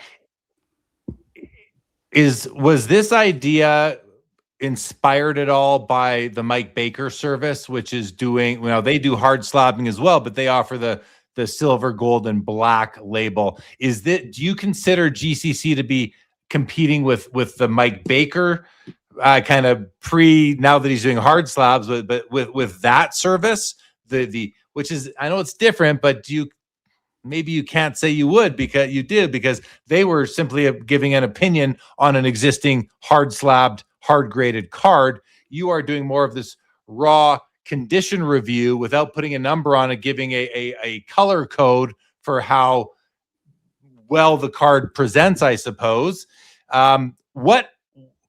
Is there anybody that you consider to be competition? David, I promise we're going to you after this one. I would say the competition becomes the encapsulation companies when the value of the card is at that level that we're looking to really help add the most value and cost effectiveness. So we're willing to understand you wouldn't put a card of very high value in a semi-rigid holder as your end product or end stage.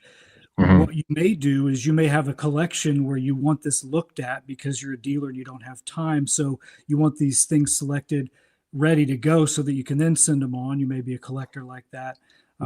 But we want to focus on those cards that represent that value pocket so that we can add value to those because they don't have an entry point into any market. They just fall off the market raw.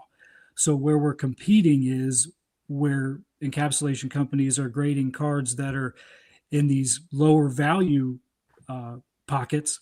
So we're competing there, I would say. But we're in more of that preparation with reputable certification and verification of your cards. So when they move to the next level, they're represented by something and someone who's been in the industry and understands all the moving parts and what goes with it so that you can trust and have the confidence behind all of those. Okay. Listen, you are venturing into somewhat new territory, I would say, right now. And how has GCC been? I promised David Chase twice. Let's go to David Chase. And then my question is going to be, how has GCC been received so far in the marketplace that you've been talking to? But David, over to you, please. All right. I've been kind of reading the chat at the same time, and I'm trying to make this kind of make sense to everybody as I'm listening to this. So I'm kind of thinking, a vintage card, that's a big range, right? 1 to 3, 4 to 6, right? Like that's a very big difference in pricing between those kind of grades. And then I'm thinking, you're right, it's probably not for the more expensive cards. So maybe what this is really for is like a dealer that buys a huge collection of like 2,000 cards where the gem mint is going to give it a high upgrade. So maybe you have 2,000 cards that you can't look up, very closely, and you want to send all 2,000 cards to your service to see if any of them are going to possibly be a gem mint without them having to do the work. Is that kind of where your bread and butter is? It absolutely helps dealers in that respect because you see how many cards you want to move, and that's why we don't charge or we don't grade everything. We only select the things that have the value, the cards that have the value that will make sense and move on in the market. We're not just going to clog you up and mess up your bottom line. So that's the thing. We want dealers focused on deals, moving cards to collectors and making people happy. So when they have things they have to spend a lot of time on that take them away from that and then raise prices on the other end for their collectors, then we want to help with that. So this is a great solution to do that, where they don't end up spending a lot of money. You're spending close to $5 per card, and then it's ready to go. So if you wanted to sell it in your shop or online, you can do that. It's not just raw, and then where your collectors are now thinking, well, how do I know that's the card I bought? How do I know this? How do I know that? And there's a lot of skepticism out there that we understand people deal with, and we want to just understand how that all works. So any cards that we can help, we want to help. But we also understand there might be cards that don't move well. So we're not going to penalize the customers or the dealers. But you're exactly right, David. And in that same point, like if you're just putting a sticker over a semi-rigid, like, just like a Mike Baker sticker can be, some people think can maybe be taken off and put on another card. How do you prevent that from happening to a gem mint card, that somebody doesn't unpeel the sticker lightly and put in a different card? How are you able to prevent that from happening? Yeah. Ours self-destruct if you move them. If you try to peel them off, they self-destruct. So they're high security. We don't mess around with that. That's your top thing. You cannot have your stickers being peeled off and put on others. So they've been tested to move through different situation and environments, and then they're not going to be, they're tamper resistant. You good, Chat? You good, David? I'm good. You can come back to me in 20 minutes, Jeremy. You're good. I'm giving David the finger under the table right now. All right. So back to the question that I kind of left as a cliffhanger there. Chad, how has GCC been received so far in the marketplace? And I know you're early, but how's it been going so far for you guys?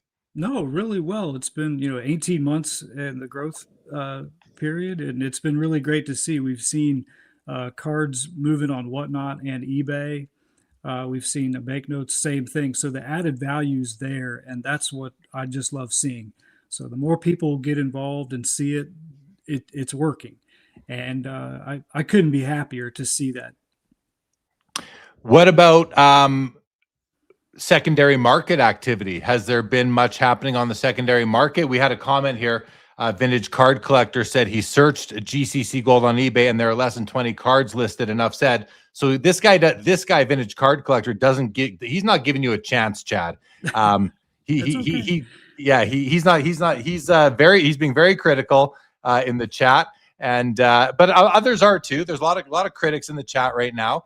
And and by the way, I just want to say to Vintage, I did go back and read your I did misunderstand that comment from earlier. This one here, I don't think I misunderstood.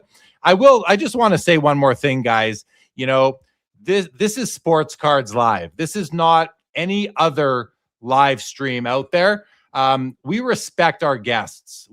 I haven't banned anybody or blocked anybody in quite some time, but we read this stuff. The guests read the comments. You don't have to be nice. You don't have to like. No, you do have to be nice. You don't have to like what they're doing, but be polite, please, because I will start banning people. I don't care. I will ban as many people as it takes to clean up some of this disrespect that I'm sensing in the chat right now. Chad is gracing us with his time. He is trying to do something in the hobby. Whether you like it or not, that's fine. But during the live, go talk about it there's all sorts of other channels that talk about what happens on Sports Cards Live. Go talk about it there. They'll be happy to have you. But here, we respect the guests. I demand that, or I'm just going to start banning people left, right, and center. That's what will happen. So with that, Chad, where were we? And it's okay too. We're new, so I expect you understand this part. I've worked in the business for a long time, and everybody has an opinion, and you want to respect that. So with it being new, these lead to questions, and whether no matter how we express them here, I want to welcome that. So I appreciate the opportunity to sit in front of this and talk about it. And if we don't do it, we can't bring understanding about why it makes sense or why it could help in the industry. And we're obviously talking today because PSA is presented a very big issue for us.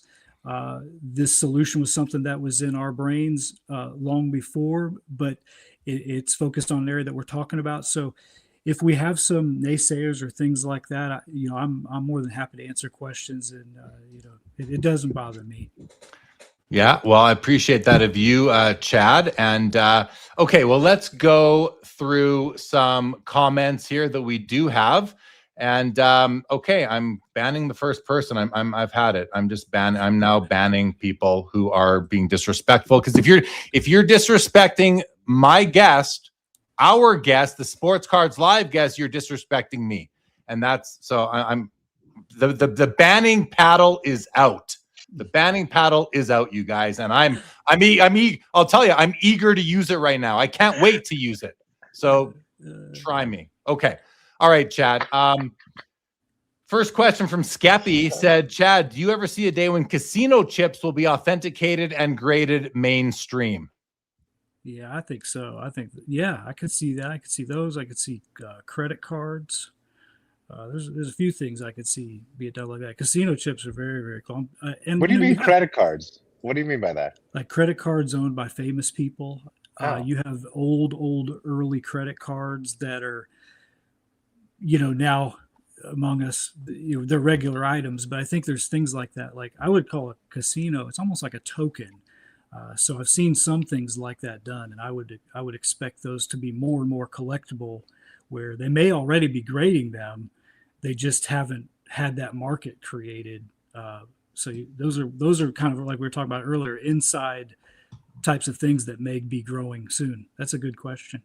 Yeah, absolutely. Or like a driver's license, right? I've seen that before too, like of a famous person, like an old expired one. That's cool too. Yeah.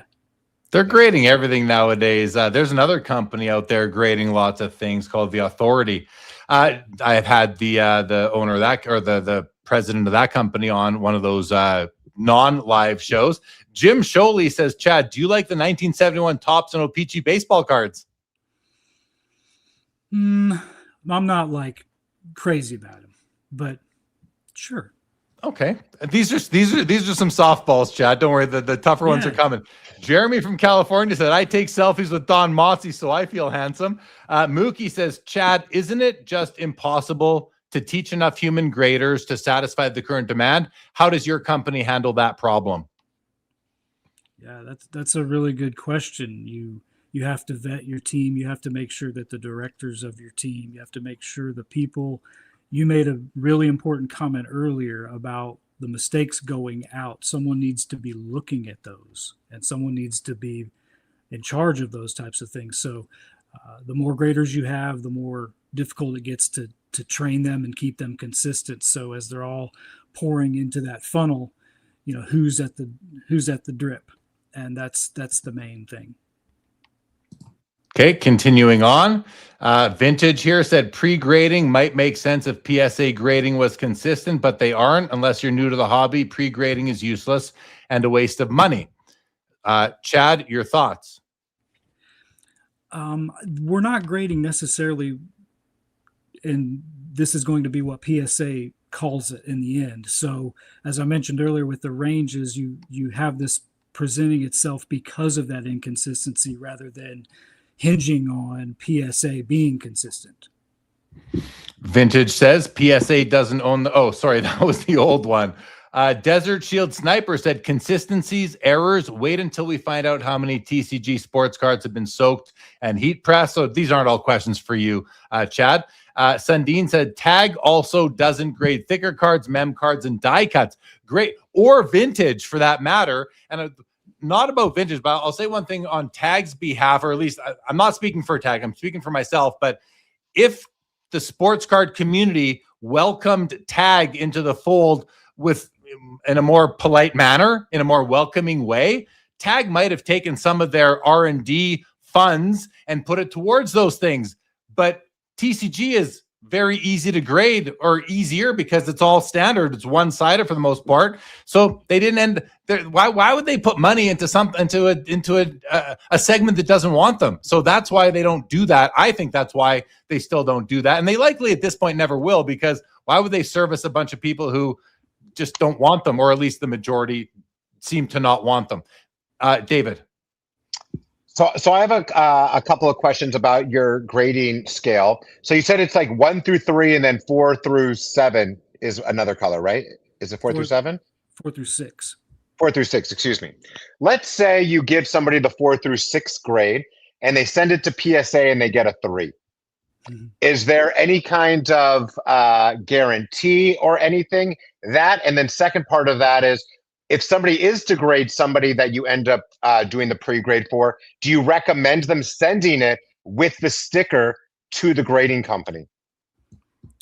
Yes. So first question, if it doesn't grade the grade that in the range that we give it, that's more or less subjective discrepancy. So we would expect that to be close and minimal. We don't expect that to happen often. We also want to put those ranges not in safe zones for us where it's obvious. We want to make those cutoffs at important areas, but we want to be selective with that. So I wouldn't say you're looking at conservative grading, but you're not just going to have loose cards floating up into 4. So if it's on that 3 line, we've already had some talks where, we're looking at cards and it's just like, it's not like a rule, but if we have somebody that really feels strongly about the card on the lower end, we're not opposed to staying there, especially trying to protect the collector.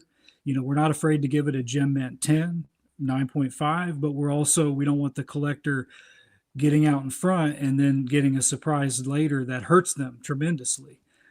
So there's that there. And then, what was your second question? Do you recommend them submitting a card with the sticker already on there? Yes, that's one of the biggest points of doing it, was to keep you from having to handle it again. So if you do have a card, let's say you had in the collection, it doesn't matter what level you are, you don't have to handle that again. If it's a gem mint 10, it's a black gem, then you feel good about it. So if you wanted to move it on a secondary market, great. But then if you don't want to, you don't have to. So yeah, we would encourage that. And that's why we wanted to set that up where encapsulation companies are, because we want to be fluid with them. We don't want to be injecting a new problem for them as they're already trying to move so many cards through. Now what you need customers sending cards through that are prepared properly, that are predictable, that are ready to go. So it's not like we're telling the encapsulation companies, this is what it's graded, we're better than you, we've been around too. We're just trying to make that process smooth for everybody. Thanks, David. Mickey Mintle said, for the next few years, AI will assist humans meaningfully. I think that's the best use of it. Assisting humans is what I think it's great for.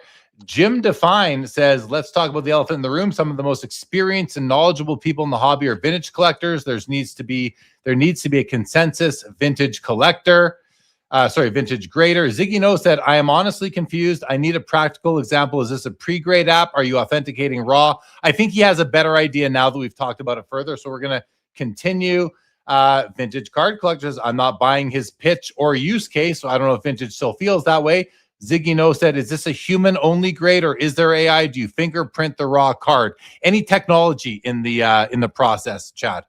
No, we believe in the human touch with this. AI works for certain things, but we believe the grading, there's things that we have human touch, and we do believe on that the vintage is very important. So this is not just a modern, scope thing. We're actually both, two of us that have started this, we're based in vintage, and that's one thing that we're close to. So we want to provide a solution there. We know the solution may exist more on the top grade with that subjectivity, because as you can start to see issues, you can separate grades. So we know the lower grades have more of a separation, even though they may be one number. They're doing a lot more to reveal that, but we also want to accommodate those properly and respect the vintage market too. Any financial guarantee or insurance with what you're doing? Actually, that question came from Ziggy, but he gave a better one down below, right here, where he says, "What if GCC authenticates a card and a grading company declares it not authentic? What happens?" But before you answer that, Chad, I would say, I don't necessarily trust the grading company to authenticate in the first place. Just because they say it's inauthentic and GCC says it's authentic, I mean, who's to say one is right over the other?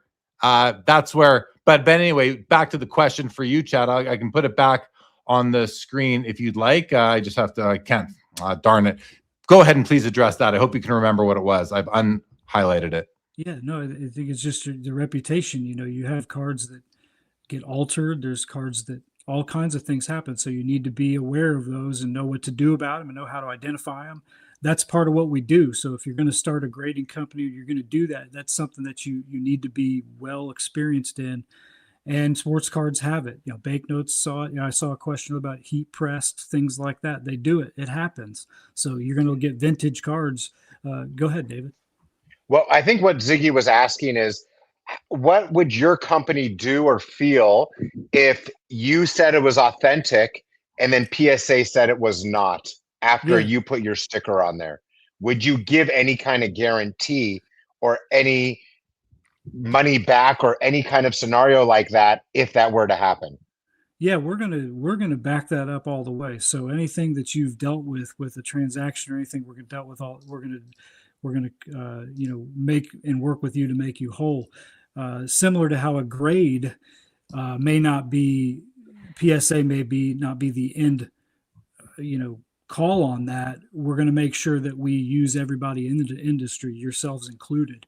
So that's one thing we want to do, is build that network. And that's what I've done. That's what I did with PMG, was when you had certain things like this, for example, I'll go off tangent for a minute, but you may have notes from a different country or outside where it's like, this is new. You need to make sure you're listening to people. So That's basically it. Yeah, we're gonna stand behind it. Good. David, you good? Yep. David's good. And David, how's your time? I have a couple more minutes. Okay, great. Kay says, this isn't going to be for everyone, but I can see where it can help my business. Link said, what type of security is going to be used to prevent card switching, label switching? This is going on for you, Chad. And there was another comment somebody left where they said, like, you can seal the top with your sticker, but what about the bottom and the sides to really secure those from tampering? And Chad, I'm just going to say, try to get your answers out quick because there's a lot here. You got it.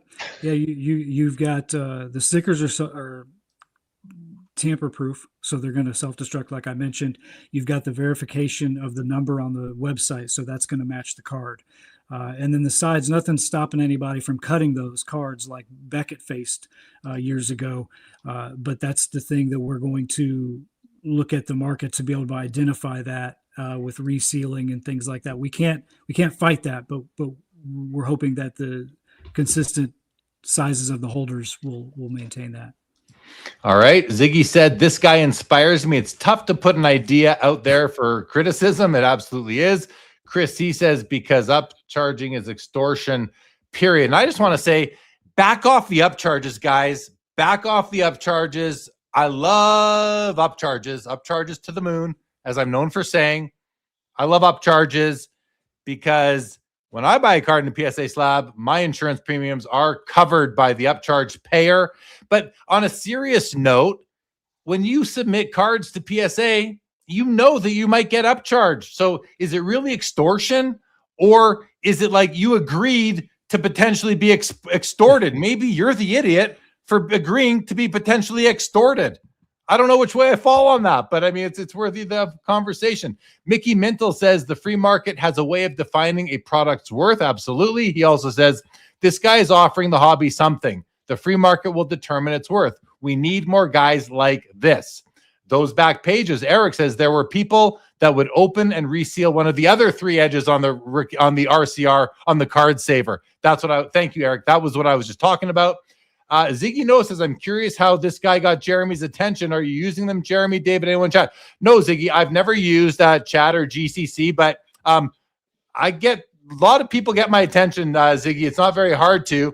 It's not very hard to get my attention, and I got people reaching out to me all the time telling me about what they're up to. Mookie Chilson said, the grading marketplace is starved for disruption. Could you grade the cards on camera? Live stream it so you have real-time grader notes. Transparency builds confidence. What are your thoughts there, Chad? No, I love stuff like that. I think that's a great idea, Mookie. We love doing that, and that's something that we'll probably talk about after this.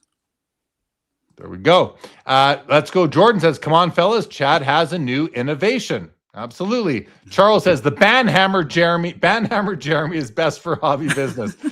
Ziggy No says, I am learning. Hope I'm not upsetting you. This is interesting. In my opinion, an example would help more modern or vintage. Ziggy, you have not upset me today. You've upset me in the past, Ziggy, but you haven't upset me today. Let's go. Jordan says, I like the idea. Hobby Champ says, exactly, Jeremy. People think they can come into these chats and just say whatever they want. That ain't how it works. Well, it might be how, I appreciate that, Hobby Champs, and it might be how it works elsewhere. But listen, I've become a lot more tolerant, I'll tell you that. But there is a line. Ken Fickle, good evening to you. I love weed. No, you are far. You've never done anything to bother me, I don't think. For the Game says, it's not about bothering me, it's about disrespect. For the Game says, people's time and effort to give the hobby choices is each of their own. Everyone can choose what they want. If you try it and it's not for you, move on. If it is, perfect. Like, that's as simple as that. Wrestling Card says, the hobby needs more reputable grading companies with a background in the hobby. It can't just always be about PSA. We are seeing their flaws come to light more often. And Chad is not just out. Chad isn't just somebody starting a grading company from his basement. He's been in the industry for 20 years. So, and that'll tie into a comment I think that we had from Vintage Oddball, who says, my issue with these grading companies is we don't know who's grading the card. Never heard of this company. Why should we trust him? What makes him different than an experienced collector looking at a card? Well, Rick, you may have missed the beginning when he explained sort of who he was and what his history was. But all that said, I think Vintage Oddball makes a very fair comment saying we don't know who's grading the cards. that's been one of my biggest complaints too. Like, if I'm a grading company, for better or worse, I think I would be like flexing who my graders were. Because if I'm not flexing who my graders are, then who are they? Who are they? Absolutely. You nailed it, Jeremy. You nailed it. And that's what people want, is a transparency. It's not that we think we're better or anything like that. We want you to know so we can open the door. So when we're at the national or wherever we're at, we can talk to you. And when you're able to do that, you get better results. And that's just the way it works. I've had my teeth cut. I've heard so many things, and that's the way it goes. You have to learn and listen to the people in the industry that are keeping it going. Because at the end of the day, I'm not submitting the cards. I'm not doing that. So why would I sit back and act in a godlike fashion as we're doing this and you're going to just take it? So it's a big deal to us, that. Eric Pugh says Chad is pure class. Ziggy No says authenticating is huge. Applaud you for doing it. Is there a guarantee? I think we've talked about that already. Chad Shipper jumped in, kept on hearing his own name. What's up, Chad? Good to see you, buddy. Situational says, I found it interesting, the positioning of the dealer and their model of grading to sell disappearing, and GCC trying to give them a new solution to this issue. Guys, we're in a time in the hobby. We talked about this at the very beginning, where we're at, where the grading companies cannot keep up with the demand. This is not a PSA problem. It's not a tag problem. It's not a what's it called? SGC, Beckett. This is a systemic issue in our hobby. And all the grading companies would love to be able to meet the demand. They just can't. And we want them to, but if we want them to do it quickly, we're going to get an inferior product. Seems like a lot of people in the hobby just are willing to settle for inferior. And that's sort of disappointing, but go ahead, David. I'm gonna have to take off in a second, but I just wanted to say, us as hobbyists, we're very skeptical of anybody coming into our industry. I feel like maybe we've been burned by a couple of companies before, and it makes it where we get very intense and very skeptical against anybody that's coming in. But what we have to do is we have to welcome new companies coming into the industry, because that's really, this is why we've made PSA into such a huge company that nobody can compete with, right? Is that we're just not allowed. We didn't welcome tag in, right? And sometimes we'd be very skeptical welcoming any grading company in because we don't know them enough yet. And maybe it's okay to let our guards down a little bit to allow some companies to try to help things out in the industry, especially when right now we're bogged down with PSA because so many people are submitting low dollar cards only to try to gem mint 10 them. And this is a kind of company that can hopefully free some of these ways to be able to allow our cards to be graded a little bit faster if people are doing this with a lot of bulk items. So just wanted to kind of go off by saying that. Love you both. Nice meeting you, Chad. And I love you, Chad. Talk to you guys later. Cheers, Bye. Chase. Bye, David. All right. Thank you, David Chase, for joining for the first half of the show. Let's continue with some more comments here. Chad, unless you had any response to what David just said. Oh, just appreciate it. Dave's great. It's great hearing that. And, you have this is a great world, right? And to get into this world, you need to have a heat shield. You can't just be, walk in here without getting some fire. And I understand that. So I appreciate all the support and understanding that comes with it. But yeah, David's great. Absolutely. Well, yeah. Tony here says David Chase is the real player. The wrestling card here said, I like the idea of grading levels compared to the 1 to 10. That is an innovation, I think, that we haven't really seen before. So something to think about. If nothing else, just think about it, guys. You don't have to like it. That's the thing. Chad isn't here to win everybody over. He knows he's not going to. And he's here to, I wanted to talk more about the industry and things going on. I still have another video to share to get your thoughts on, Chad, and the chats, but let's keep on rolling here. Mimi here says, I have seen sellers with GCC cards on Whatnot. They say, goes on to say, what's the submission process? Where can we learn more? Let me really, no, before I'll show your website in a second, Chad. But before I do that, I want to play this video because otherwise I have to change what I'm sharing. So guys, I'm going to play another video here for all of us, and just give this one a listen. And then we'll get your thoughts on this one, Chad. So 1 sec, everybody. We're going to play this video. There we go. I'm going to take the comment off the screen, and I'm going to go find the video. Here we go. Take off mute. Okay, watch this, guys. It's only 48 seconds long. I just got this $1,000 BGS5 First Edition LeBron James rookie card, and today we're going to restore it. As the BGS upgrades show, this card is almost perfect with the exception of this lift on the left edge. This edge is going to be our main focus today. So after getting a tiny bit of residue that I saw off the bottom of this card, we're going to go straight at it. First, we dampen the edge with the Dragon's Breath technique and then wipe off any excess moisture that we may have created. After the card is soaked in a little bit of moisture, we're going to go at it with a roller tool right away. Then we're going to use our crease tool for 10 to 15 minutes. As I'm sure you guys know, LeBron's card market has gone up an insane amount these last few months, so it's important that we treat this card with a lot of care. And after using the bone tool for about 10 minutes as well, we're going to throw this card in the clamps for 72 hours. And after 72 hours in the clamps, this card looks absolutely amazing, and that edge lift is almost entirely gone. How do you guys think that we did today? Do you think we should have left it in the slab, or do you think it was worth restoring? I just got this $1,000.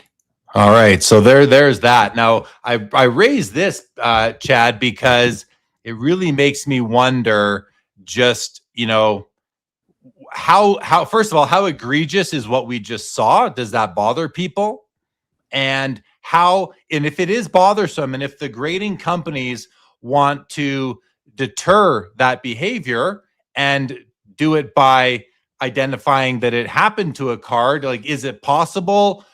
How many of our cards are restored like this?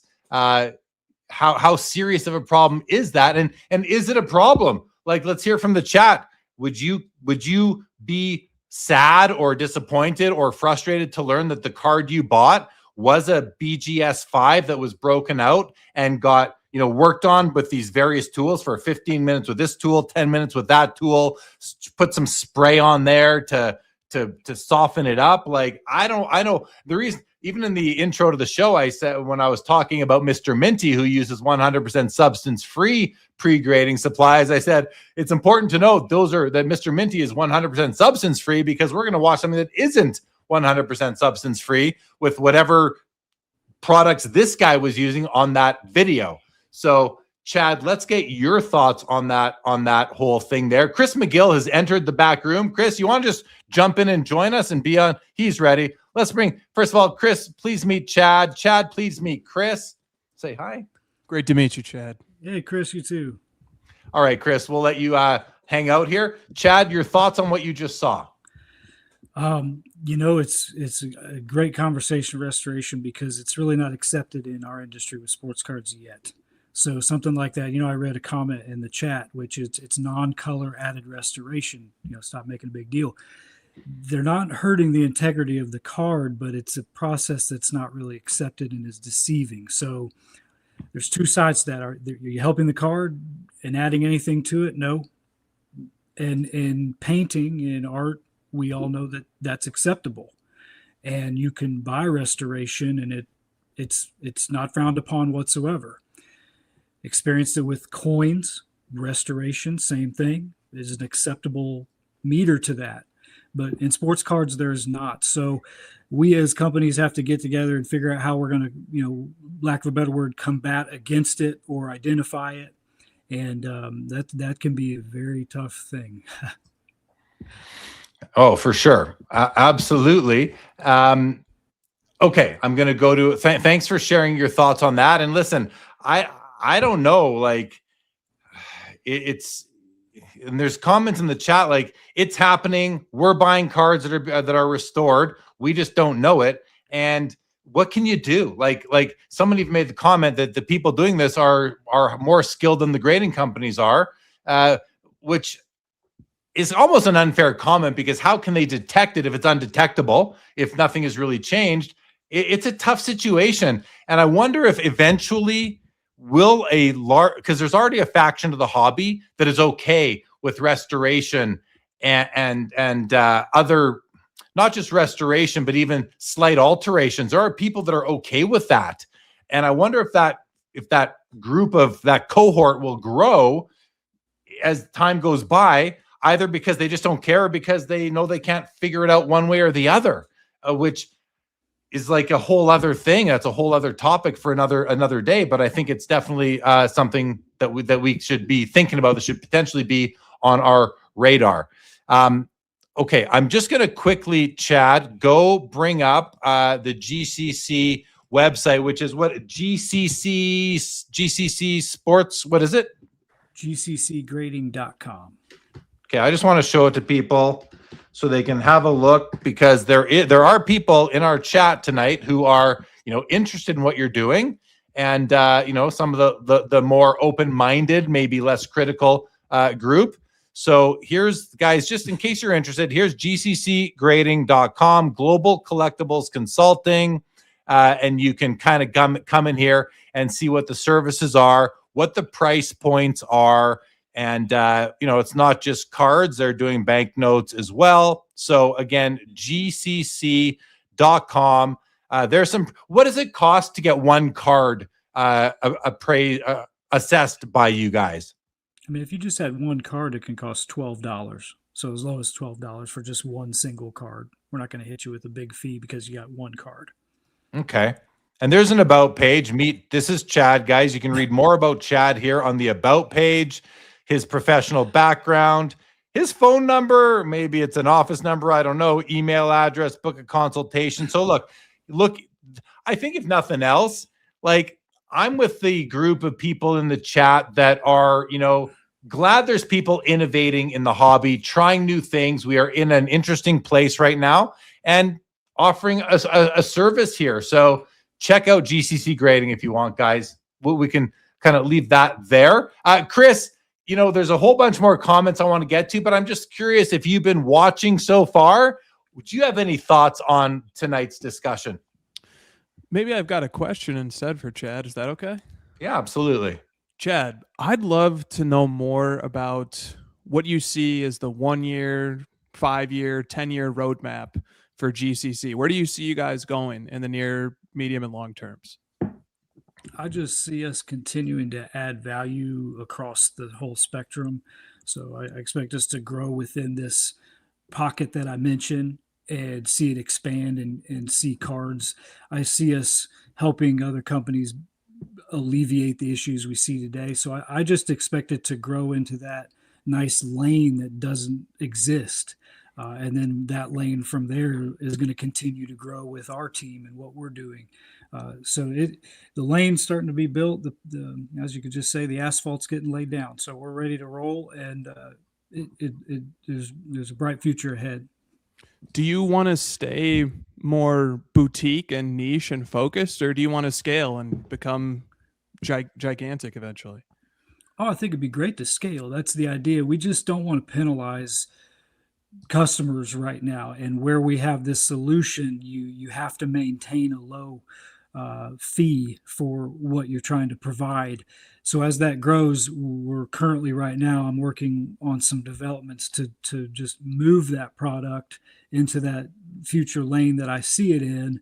So right now we're going to accommodate that. We're going to work with how that fits with other encapsulation companies, like I mentioned, with the semi-rigid, and then take it from there.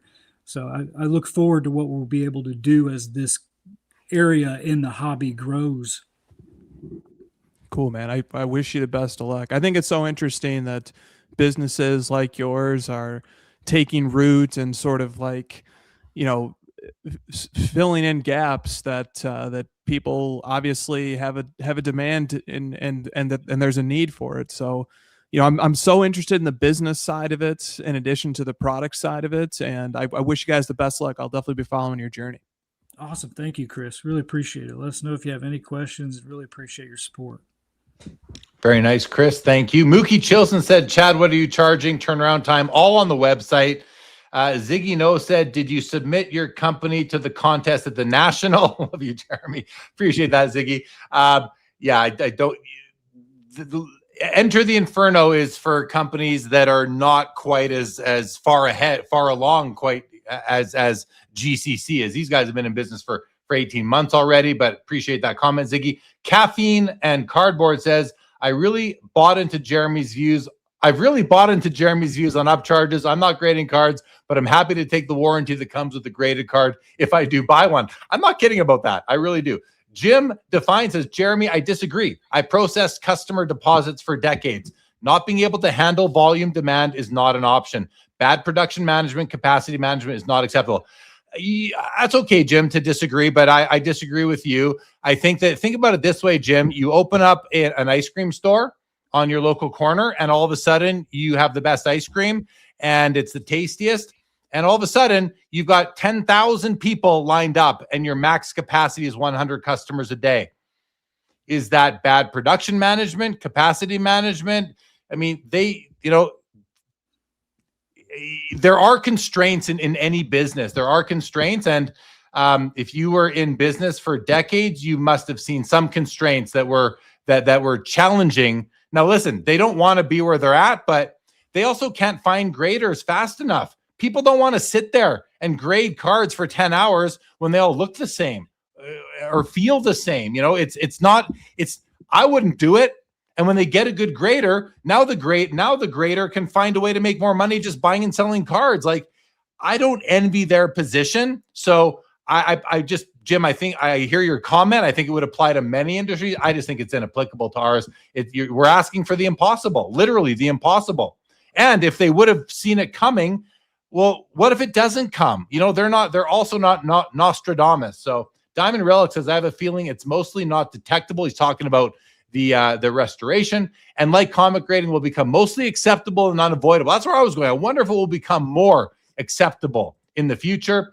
Whitney Living Life says, I would like information on GCC. I'm not a collector per se, but have cards I need to have graded. I'm new to the industry. Well, welcome to the industry, to the hobby, Whitney Living Life.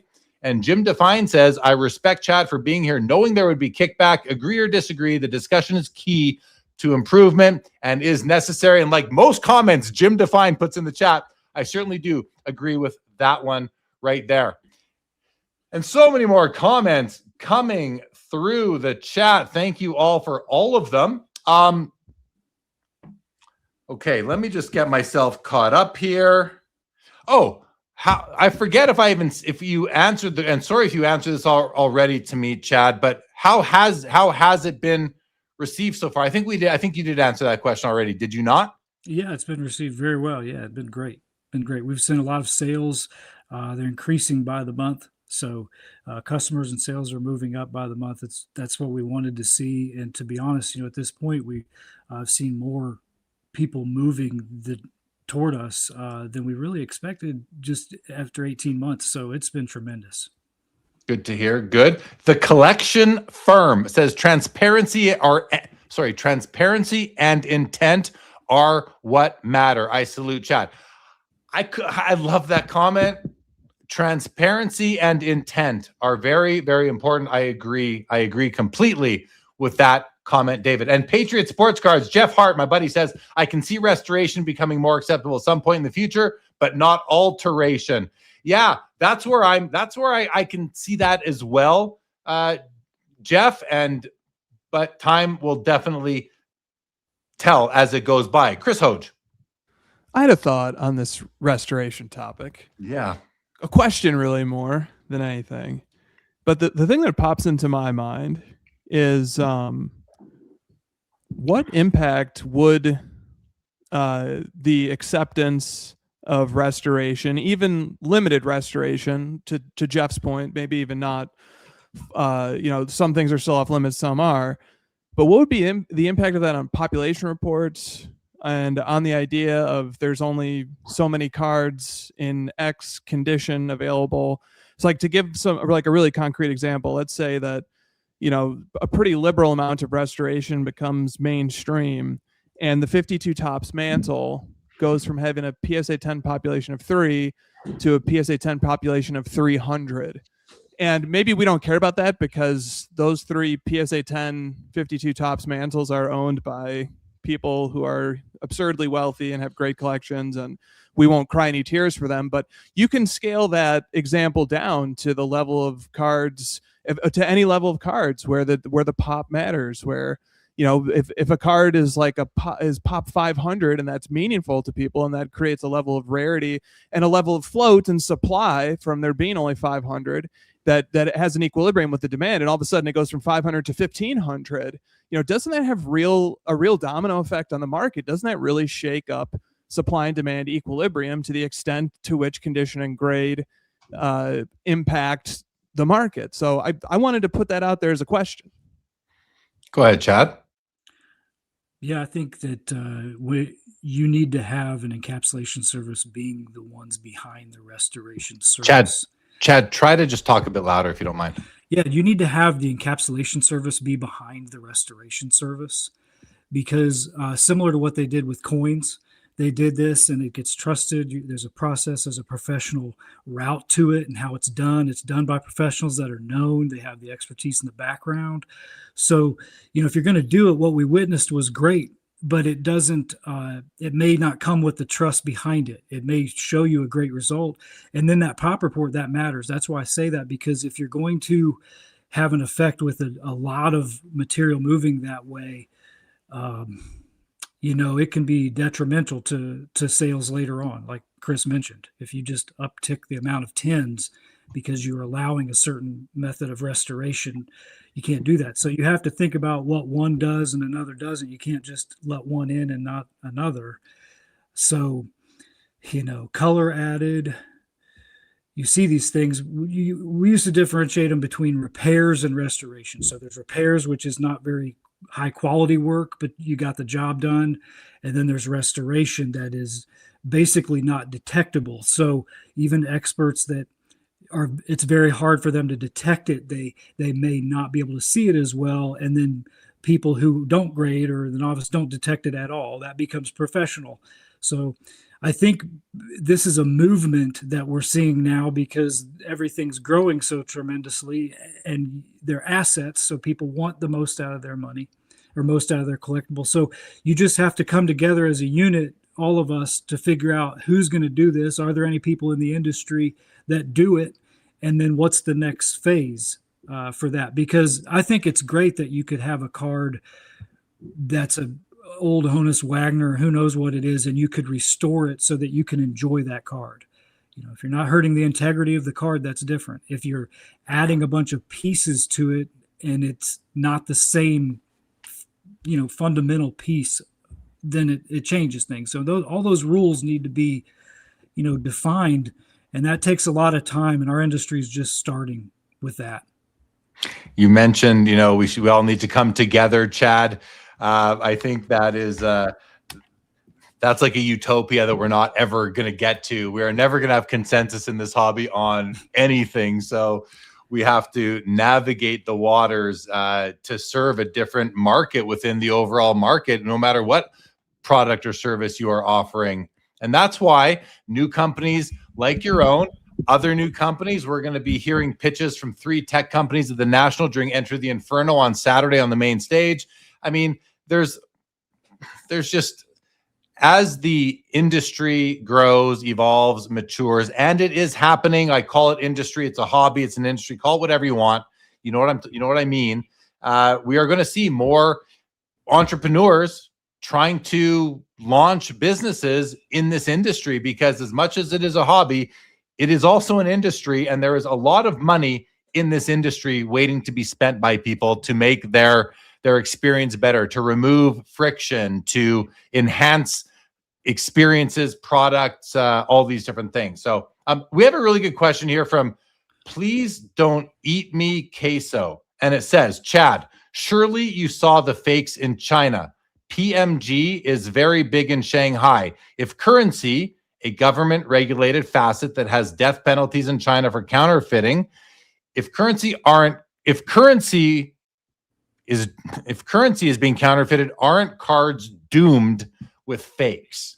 I think to distill it down, he's basically saying, are there going to be more and more counterfeit cards coming out of places like China as time moves forward? And how is that going to impact the hobby and the confidence in the cards that are out there, and the confidence in the grading companies, whether it's PSA or GCC or the small regional companies, their ability to identify these counterfeits? Can you speak to the evolution of counterfeiting in currency, which is where one of your expertise, Chad, never mind just sports cards, but as it applies to sports cards, please? Yeah, the technologies involved in counterfeiting, there's all kinds of them. The more something becomes collectible, the more it gets counterfeited, including the holder.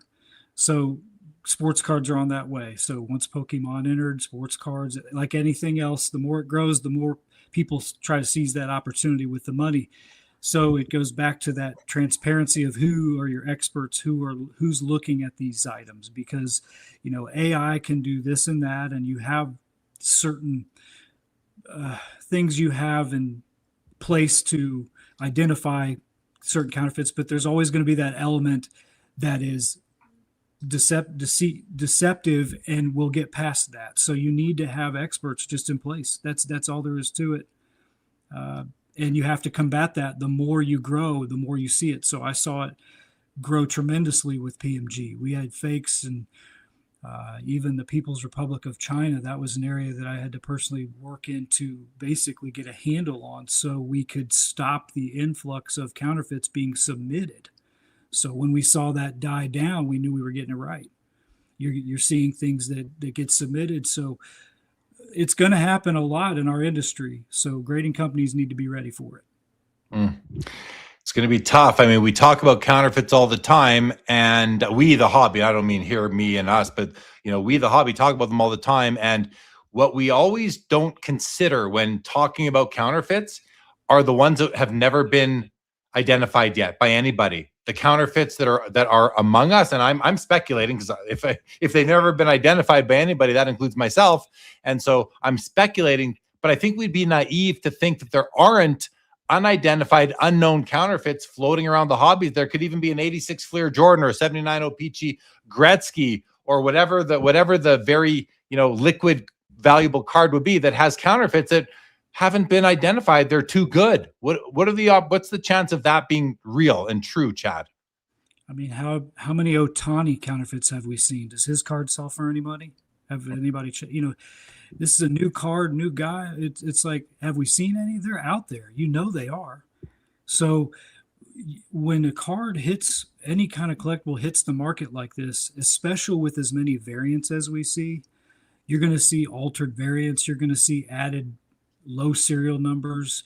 There's all kinds of these things out here. So you have to have that verification, even back to I'd say the manufacturers would want to get a hold on this with Topps, Panini, any of these manufacturers, having a way to identify these cards in your checklist. When we were kids, you get the little checklist and you knew this card was part of the set. But if something ended up in there, that's not part of the set, or it's an error card. It's not part of the checklist. It got in here, things like that. We know those exist. So I think now you really need to make sure that you're doing that with the manufactured rarities, if you will, and what we're going to face. But yeah, they're out there. They are.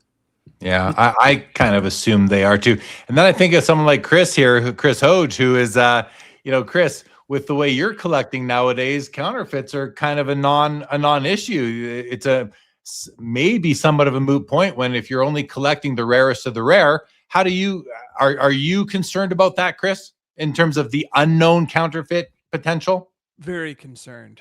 And we have ways of establishing provenance, and there's lots of institutionalized practices that collectors and marketplaces and authenticators use to try and authenticate and lend credibility to an item. But it's a huge concern. I take it extremely seriously, but it's also not an area of my expertise. I don't have a great eye for condition or for spotting counterfeits, and so I do rely on the expertise of others, and I rely on the knowledge of the community. So, but to your main question, Jeremy, it's a huge concern, and I hope and expect that as a community, we'll continue to take it very seriously. We'll police offenders harshly, strictly, severely, and just draw really strong boundaries around the importance of authenticity. And the one thing I'll say, sort of in defense of my confidence in our ability to determine authenticity, is because in almost all situations, the actual materials used to manufacture cards, whether it's the ink, the paper stock, the machines that they were printed on, a lot of these things are now defunct, no longer used, and or the ability to get access to those actual pieces of machinery is extremely limited. I remember even during the pandemic, one of the bottlenecks in card manufacturing was quite literally, it was difficult to get access to the printing machinery that was required. So I do think that there should be ways to use detection effectively to suss out counterfeits and forgeries and phonies. But to me, it's actually paramount. It's one of the most important things going right now, that the conscientious members of our community who have expertise and knowledge in this domain, that they speak up, that they speak out, that they document, that they keep a very careful eye on it. I just think that what those folks do is invaluable, and we need that. We need to be very vigilant about that. Yeah, like I rely on them when it comes to buying cards and slabs. I am relying on that grading company to protect me, and that's why I'm okay buying cards and PSA slabs that other people have paid the upcharges or just even the fees for, because that gets me that insurance. So I love buying my cards in. I love when the card I want happens to be in a PSA slab, because I feel safe. I've said a dozen times, I've used the PSA guarantee. It has applied to one of my cards where I did buy a PSA slabbed counterfeit, and they paid me out, and I couldn't have been happier because they paid me out. That was a very good feeling. So when I kind of say upcharges to the moon, I mean it, because it's worked for me. So I trust them to, number one, identify and reject counterfeits. And if they don't, I'm grateful that they have the guarantee in place. 100% and absolutely. Okay, Chad, how's your time? I know we're already like almost 30 minutes past when we were going to have you, but I have a couple more topics I want to get into with you and with Chris as well. And are you good still, Yeah, Chad? this is fun. I've got plenty of time. That's great. Okay, so I wanted to talk. This has to do with what you're doing at GCC, and I was kind of thinking, and this is I am putting this out there, and I welcome all the criticism because I have not thought this through yet. But I was just kind of thinking, when I was thinking about Chad's, with GCC, what he's doing there, what his experience is, and all that, and where we're at in the hobby right now, guys, we are still like very new into this current period of PSA temporarily pausing the value and bulk services. This is still very new. The effects of that have not yet rippled through the way they will a week from now, a month from now, 6 months from now, a year from now, and even longer. These ripple effects are just starting. Like you throw the stone into the lake, and we're seeing one of those rings. There are going to be multiples of those coming out in the long run.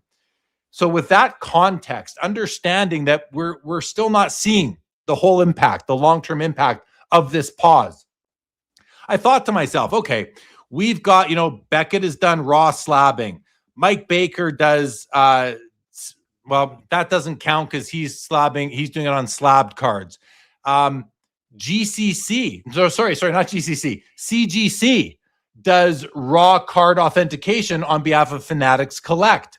Anyway, my point is now we have GCC doing this kind of like similar to like a raw grade. They're not hard slabbing, but they are giving your card a condition assessment in a semi-rigid holder. So my thought is this the beginning of the rise of the soft slab?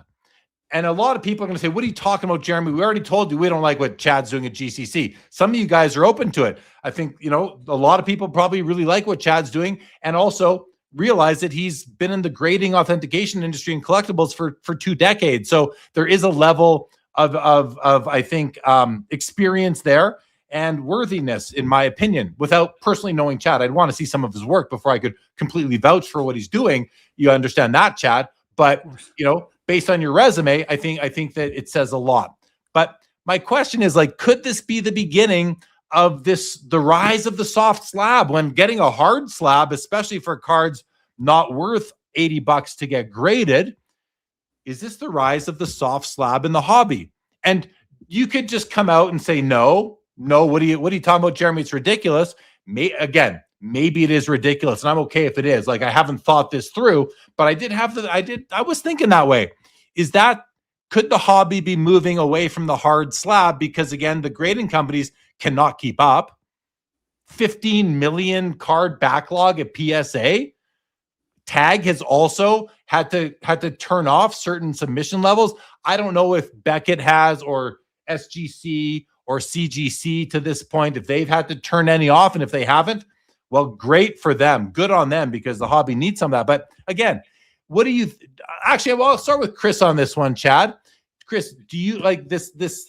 Okay, let me, and just a couple of comment. Card Fuchsia says the rise of the soft slab. What an episode title. I like that a lot. What do you think, Chris? Is there, even Mickey Mintle says the professionalism of the hobby is in its infancy. So what do you think, Chris? Could this be the beginning of the rise of the soft slab? Could be. I think this is a great topic. I like the way you phrased it too. The hard slab has already risen. Maybe the soft one can as well, Jeremy.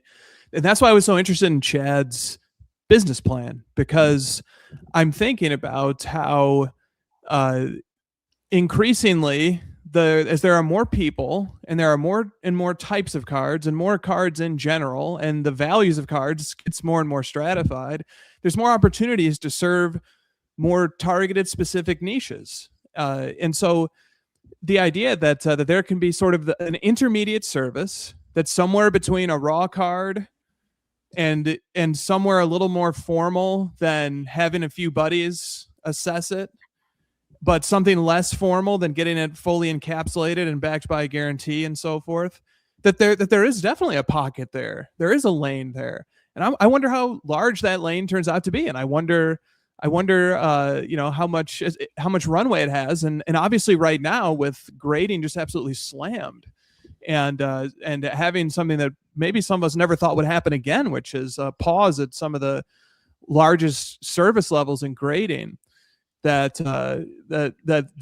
this is maybe one of the most fertile times to test this business concept and see what type of legs it can have. Yeah. Appreciate the thoughts, Chris.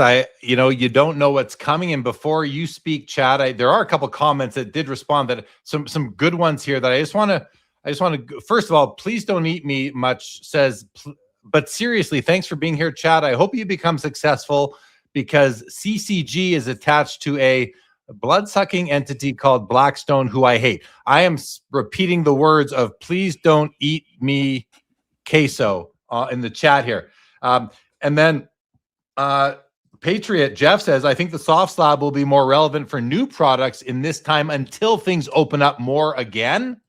And then Ziggy No says, Got Baseball Cards is offering a raw grade. I think there's a market for the soft slab. Now, funny enough, and thanks Ziggy for reminding me that, because I listened, Joe Got Baseball is on my podcast rotation. And I listened to that episode where he talked about launching his business, which is maybe similar to what you're doing, Chad, but maybe different. I don't know. I don't remember exactly the details, but another indication that this raw card review, this soft slab, what the pre-grading assessment might be on the rise. And there was also a comment, I think it was, who said it here?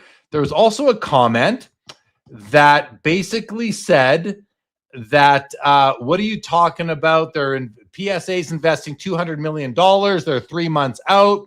They'll be back on top in no time, and I'm paraphrasing. I can't find the comment right now, but that was the comment. Now, I hear that comment. If they are truly only 3 months out, this might just be a blip in the hobby's evolution. However, sometimes in the history of life and business and industry, all a new service or niche or product needs is the ability to just come and show itself. And right now, that's why I say this might be the opportunity for the raw slab to rise. I'm not saying it is. I'm just saying it might be for that raw slab to rise, because PSA has had to temporarily shut down. If they didn't, this might not be as much of an issue, of a possibility. Again, I don't know if it's a possibility or not, but maybe 3 months is all that's needed for a couple of companies to introduce themselves, and they could catch on. Even if they catch on with a very small piece of the pie, that pie is so big now that they might catch on, and they might earn some loyal customers and then grow from there organically. Like, That is not outside of remember, income tax is an example of this, guys. Income tax is an example. Because of the war effort, they had to raise it. The income tax was temporary. In the 20s or 30s, whenever income tax was first introduced, it was meant to be a temporary measure. But then the government realized, well, even though the war's over, let's keep on collecting money and add more red tape and bureaucracy to the way things are done. So that's not what this is about. But the World War I, gave the government an opportunity to introduce something. It never went away. I know this is a crazy metaphor or analogy, whatever it is. Chris, you can tell me what that was, but this is that type. This is a potential opportunity for companies to rise up that otherwise wouldn't. And who knows, maybe they stick around. So I know I said a lot there, but Chad, why don't you respond to all these things? Yeah, I mean, it's a huge thing. It's, what they've done. It just puts everything in a bigger view for us. What are we going to do? Where are our cards going to go? And then the price points for those cards, where do they fall? That's where our solution comes in. And I think that, the other companies, it's good for the other companies, because you want other companies to have other values, or, to have value as well. You want there to be competition, because what this shows is that PSA holds that crown. And so everybody's going there with their business.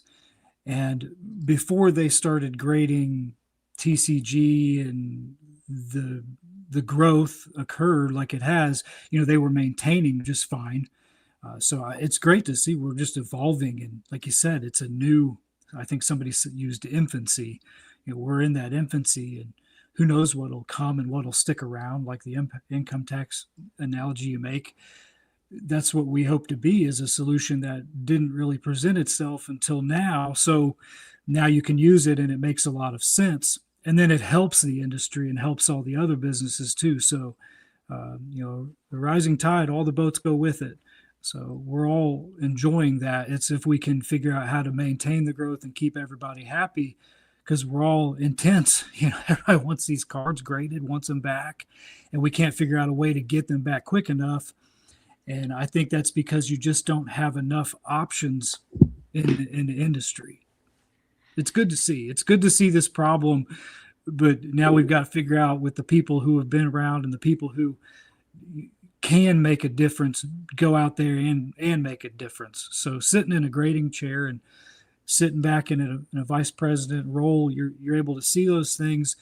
But you can't do anything if you're still sitting around doing that. So I think it's a great opportunity for people like myself to get out there and work with others like you guys to figure out, what do we do? How do we fit? How do we make the soft slab permanent? This is a great thing that could really be worthwhile if we listen to the negative, listen to the things, the cons, but also trust the pros and let the market decide.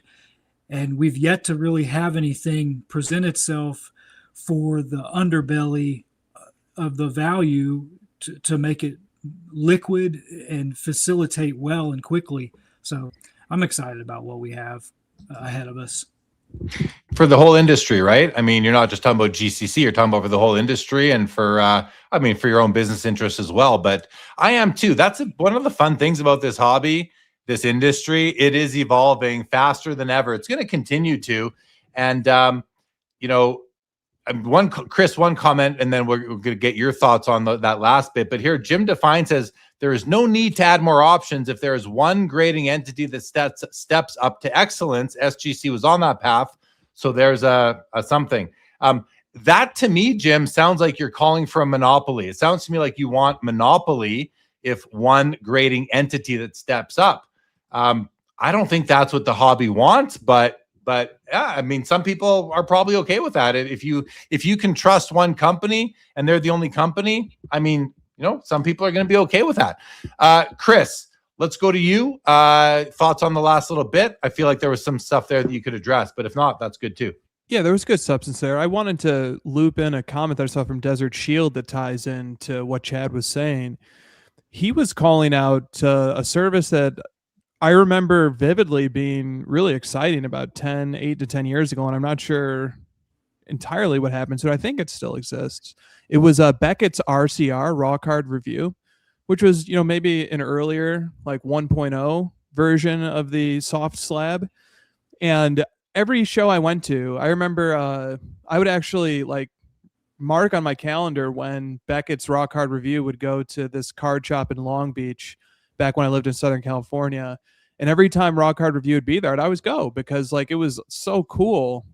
The idea that I could get my cards evaluated within the span of my being there during that afternoon, and then also get back a grade that Beckett most likely would honor. I don't remember exactly how it worked. Like if you got your Rock Hard Review and then you sent it back with them to encapsulate, at that time they guaranteed the grade, but if you took it off the premises, maybe they didn't, but there was always a good chance they would honor it as long as it hadn't been damaged while in your possession in the soft slab.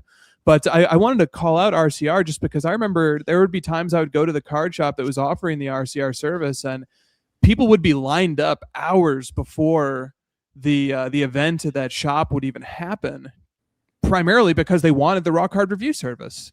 And I remember several times not being able to pay for. I wanted to pay for it. I came there ready to buy the service, and they filled up the grader's time schedule before I got a chance to even submit my card. So I used to love that. I thought that was such a cool service, especially like sort of the real time aspect of it.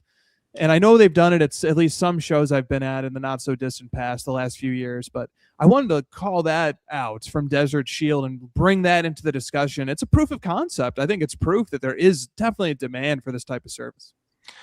It is, exactly, Chris. And we had that has come up tonight in some context already, but it is certainly what it is proof of concept, like you said. I think it is. The difference, one of the differences was that, and I think it's still offered, but I remember being set up at the Toronto Expo in 2016, and Beckett was there doing their RCR, their Rock Hard Reviews in the semi-rigids, and man, it was very easy to get a Beckett 10 that weekend out of the RCR, and then you could take it back and they would or send it in and they would hard slab. It was also a solution for Beckett to offer their services without having to bring the slabbing machines with them and the whole grading operation. It was sort of a stopgap solution to that, and another revenue stream where they could basically get you twice on the same card. It was a lot cheaper,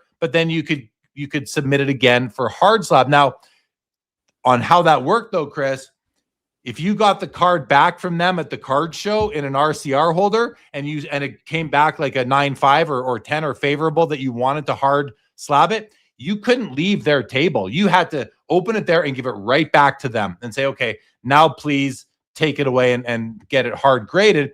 But instead of paying them $50 or $100 to slab it, you'd pay them $10 or $25 to kind of figure out if that card was going to get the grade you wanted it to get first.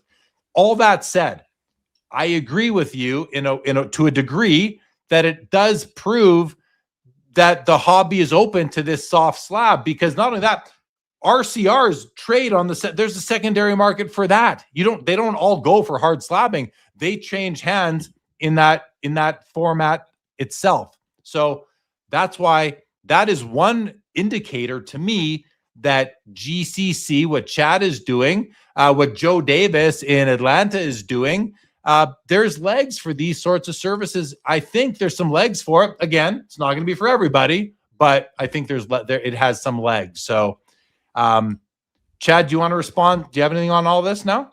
No, it's great to hear the conversation and just hear, us talking about new things that can be solutions. I just love that you guys are bringing this into the public, so we can all discuss it, the negative, the positive. It's great because that's how it evolves and becomes a permanent fixture. So I love this. And okay, thank you. Glad you do. Kay here. I just want to see how old. This is only about 8 minutes old. Kay said, emphasis on professional pre-grade. This company we're talking about Chad now in GCC. This company is backed by a senior grading executive, not someone trying to do this on their own for fun, or, and I'll ad lib, or for the first time, or with just being, Joe average collector, average Joe collector. Jeremy Lee starting a grading company, which I might do one day. We'll see. But someone who is just starting a grading company. I think Chad does have some background here, which is which is very worth considering. I'm not going to say it's the end all be all. And as I said before, I'm not familiar with your work, Chad. So I'd like to see it so I could understand whether or not I would believe in what you do. But that just hasn't happened, and hopefully it will. And I'll see. Is GCC going to have a presence at the National next month? Next month in Chicago? Yeah, we'll be there. Absolutely. To what extent will you be there? Walking the floor or what? Yeah, for this show, I want to be walking the floor. That way I can have a better presence with dealers and get to them.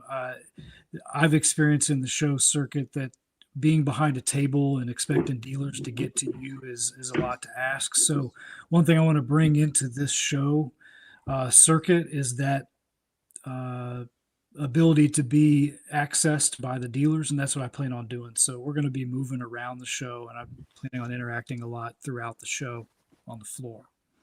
All right, good. Well, listen, I wish you all the best, Chad. Innovation, trying something new. I do. I wish you the best with what you're doing. The jury is out whether or not I'm going to use GCC myself, but I'm definitely curious about what it is, not about what it is, what it is, what it will be, what these stickers look like on the cards themselves. And, I'm not somebody who buys cards to grade and sell. I don't know if I've ever really bought a raw card with the intention of grading it to flip it. And I know the guys who do that, raw to grade, that's a business model that is very strong out there that people are making a lot of money on. And I could probably make a lot of money if I were doing that too. It's just not what I want to spend my time doing. So let me ask you this then, on that note, what is, just again, I know we've touched on, but what is what are the top 1, 2, or 3 use cases for GCC in your mind when you went to your partners, your employees, your family, whoever it is that you kind of bounce this off of when you were thinking about it? What were the top use cases? Again, and if you've already stated these, I apologize. I don't hear everything you say as I'm multitasking here, but because I'm thinking, like, what is it? Yeah, I'll let you answer. What are the top use cases? The biggest case is people who have collections of cards and they don't know what to do with them. They don't know where to go and they don't know who to trust. So this filters out those cards, puts them in the holders where you know where your value is, and then you can take the next level, whether it's passing it down, moving it and selling it, whatever it may be. So that's a big area that we see people needing help. And that can be a lot of levels of people not knowing what they have, or even people with a lot of experience. They're just not sure how to figure out the value, and they can't take it to someone they trust who's not interested in buying it to sell. Then the other case is the cost-effective, I can't afford to send all my cards for encapsulation. What do I do with these cards that I can't sell raw for more than 10% of what I feel like I should be getting?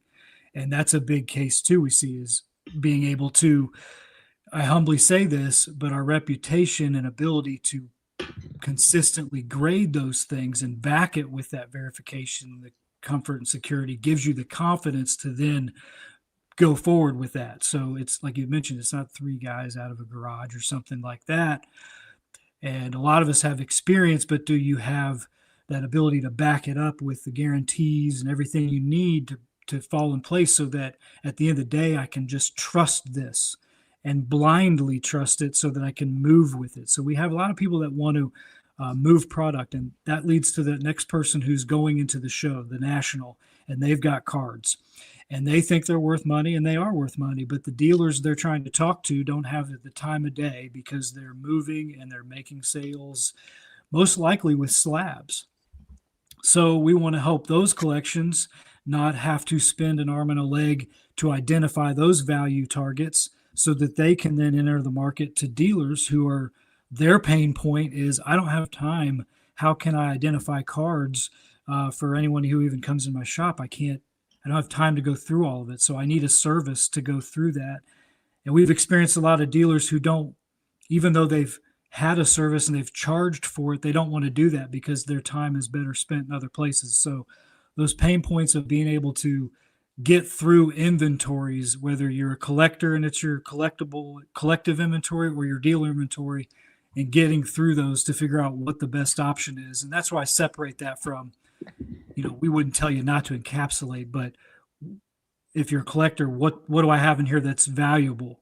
So those are the, I would say, our three biggest use areas. Okay, well, appreciate that. Chris Hoge, it's almost like you are Chris Hoge, also known as Chris McGill, kind of backwards there.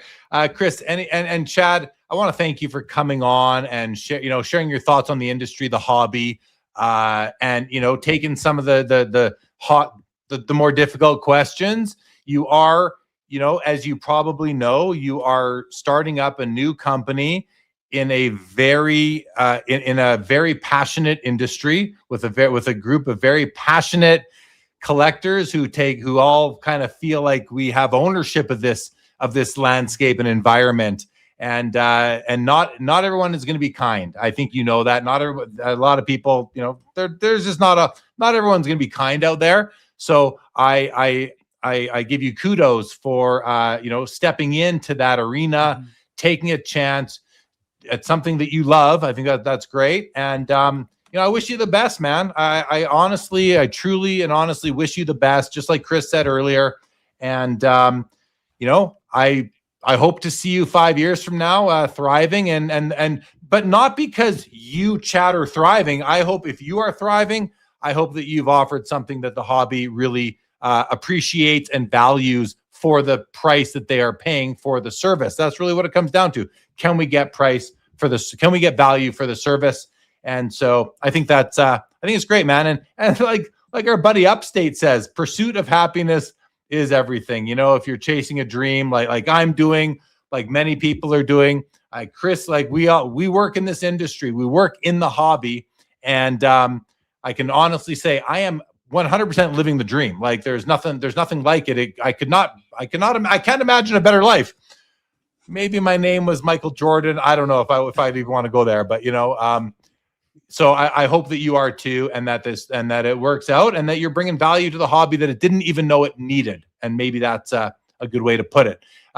So thanks for coming on to you. And is there anything else that you want to talk about, Chad? Any other topics? I feel like I'm saying goodbye to you, but I want to give you the opportunity to, if there's anything else that you wanted to talk about or mention, or Chris, if you have any more topics or questions for Chad. So back to you, Chad, and maybe we will wrap up your segment here.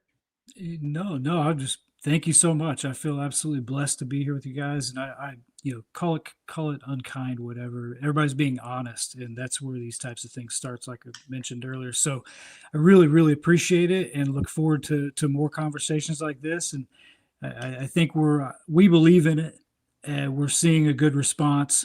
And like you said, we're new and we're seeing such a great response. So that tells me we're doing some good things, and we're going to keep on doing that, but we're also going to listen. So this was a great platform to do that. And I can't thank you enough for giving, me the chance to sit down with you and just introduce myself to you guys. So we're not new anymore, and we just build from here. So thank you so much, Jeremy and Chris and everybody else. We really appreciate you.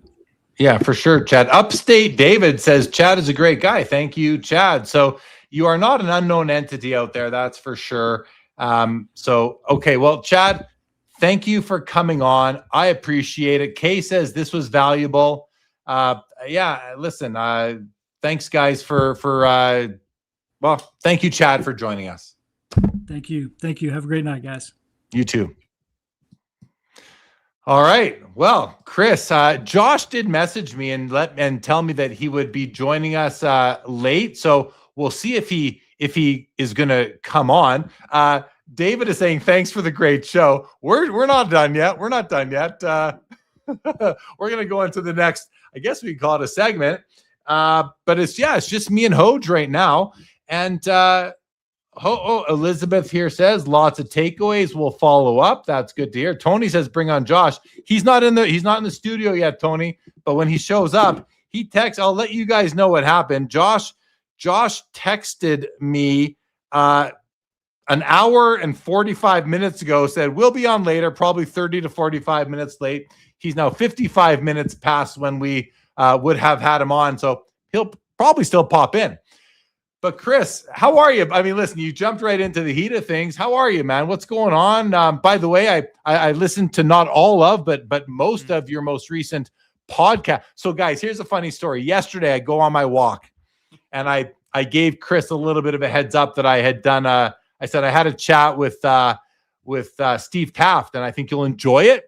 By the way, I'm about to listen to your most recent drop. And he's like, oh, what did you say? Something like, I feel sorry for you, or I'm sorry. My condolences. My condolences, he said. And I'll tell you guys, I started listening to his pod, and it was like, Chris, I loved it, man. Now listen, you do go deep into things, but I really enjoyed it. So check out the Hojcast guys here on YouTube, or I listened to it on Apple Podcasts last night. I forget how far I got into it, Chris. But then my walk ended because you're not a short pod. Actually, I got an hour 25 in. There's only 16 minutes left. So I will listen to the rest of it probably after this show. But good job. I'm glad you did that. Yeah, I forget where I was going with all this, but what's on your mind, man? Anything on your mind besides your own podcast that you dropped the other day? Well, it is funny. This does remind me of over 6 years ago. When I first came on to Sports Cards Live, it was just you and I for 2 or 3 hours or whatever it was. So it's a bit of a flashback, a little bit nostalgic. But what's on my mind, it's funny, Jeremy, the topic that I brought for tonight, not knowing if we'd get to it, not knowing how large the panel would be, but I think it's a topic that a lot of people can weigh in on. It actually comes from the final 15 minutes that you didn't listen to yet of the podcast. So it'll be like fresh for you, I think. But I don't know if you want to jump into it. I don't know if you wanted to reply to some comments or you just wanted to coast from it. I don't know what you wanted to do. Well, I don't want you to spoil the last 15 minutes of the Hojcast that I haven't listened to. But there's a comment here. Brett Cabbage says, sorry for the off-topic question. Why are people selling digital cards for money? What is the value of this?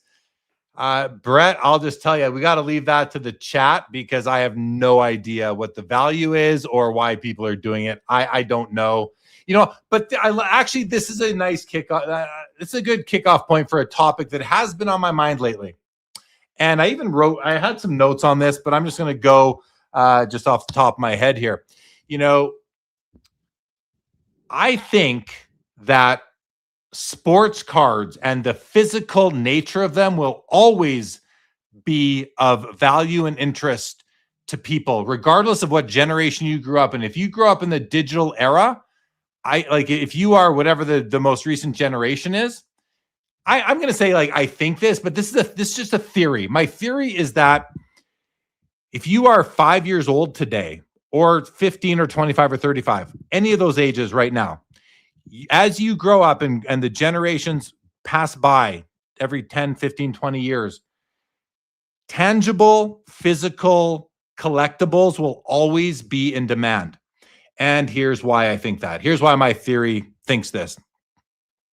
As more and more things become digital, the physical possession becomes more fleeting, if you will. We can't get, we can't get tickets to concerts or sporting events anymore. I know they're doing some now, but those are all digital. Even just talking to friends on, even my daughter who's 9, she's talking about, emojis and backgrounds and all these skins for different online digital experiences. But as more and more things go digital, I feel like as humans, we still have that hunter-gatherer, motivation in our psyche, in our deepest of psychology. We are hunters and gatherers in our deepest nature. And owning things, tangible and physical, I think is something that humans, I think it's just sort of programmed into us. So as more and more books, magazines, a lot of these are simply on your tablets now, among other things.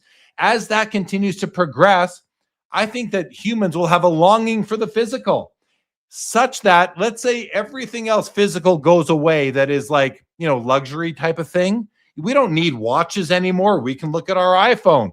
At some point we won't need phones. There'll be a chip in our temple that'll just broadcast everything in front of us on a screen. So as the physical goes away, I think that the sports card, that type of collectible, might be my theory is that might be the ultimate possession, such that the opposite happens. Not only do kids not want them because they want everything on their phone. I don't know about that. I think they're going to want the physical down the road. Everything else is on the phone. The sports card is a tangible thing. It's an asset that I can actually hold and own. Again, the theory states to the point where if we think that they are valuable now relative to other things, I could see that even going crazier. The theory is that gets crazier to the point where sports cards are the most coveted physical asset on the planet. Crazy statements, guys. I know, crazy statements. And again, I haven't fully thought this through. I haven't bounced it off of a great mind like Chris Hoge to get his thoughts. This is the first time I think I'm saying this publicly or sharing this theory, which again, I'm not saying I believe it's going to happen. I'm saying I can see it. It's a theory. So I'm going to stop there and get Chris's thoughts on this. Yeah, I think you've sketched a very convincing theory. And just like you, I don't want to overclaim anything here. And certainly I'm rooting for sports cards as a passionate collector of them to continue to hold special meaning to me. And, hopefully that, the fun continues. And I love what we have built here. One of the things I thought about when you were talking, Jeremy, was there's something about the fact that cards have value that makes them being physical meaningful too. I think there's something natural or something that resonates with us that this physical object is the thing that holds the value, and that if it was a digital representation of it on a screen, somehow something is lost there. That it feels a little more organic. That this object has the value. And then I would analogize to like the experience of taking in art. Art can be displayed on a screen in a very high quality, high resolution replication, but there's certainly no shortage of people flowing to museums to look at art. So I think that there's also something experiential about the tangible item, about being able to sort of tilt it in my hand and look at the different ways that the light dances off of it, and being able to physically place it with other things. Just the in-person tangible nature of walking the floor at a card show and asking a dealer, can you take out that one? And then I can look at it and scrutinize it as carefully as I'd like to use in my own eye. I think we could make a long laundry list of all the things that we take for granted coming from a world that always has been physical. And then suddenly when there's this alternative digital world threatening to compete with the physical world, we actually step back and say, well, what is it exactly that the physical world can give us that the digital can't? And the sports card, I also tend to agree with you, is one of those places where, whether it's the value proposition or it's the experiential nature of it, or it's just the in-person aspect of it, all those things, when we start fleshing out what it is that makes it special, they all seem to have a distinctly physical in-person flavor. You brought up music there, Chris, and that I forgot about music. Everything went digital to the MP3 on early Napster and iTunes, and now to just your streaming services. And there was a comment here. Oh, Card Fuchsia said there was an article written about vinyl sales outpacing digital music sales. Maybe we're already seeing it. Maybe people are already tired of the digitization of everything. Like digital sports cards, the whole NFT thing, the NBA Top Shot, that it had its time in the light, in the spotlight. But at the end of the day, like, Chris, what do you think about what I was saying about the hunter-gatherer aspect of things, where yes, art can be well represented on your digital screen quite easily, but like, even think about a serious piece of fine art, hanging it on your wall in your mansion versus having a screen on your wall in your mansion with a projector projecting an image of that art onto the wall. Which one is going, like, are both going to satisfy the same needs? Because a lot of humanity, a lot of human psychology is based on ego. And a lot of that is based on how good you look in the eyes of others. So if I'm somebody who lives that way, and I'm sure I do to an extent, and I have people over to the house and they say, "Oh, what's that?" I say, "Oh, that's my Picasso." And they say, "Oh, but wait, isn't there a beam of light coming from that projector?" Sure, but I paid $100,000 for that beam of light to come on there, and I'm one of 3 people that can do that or something.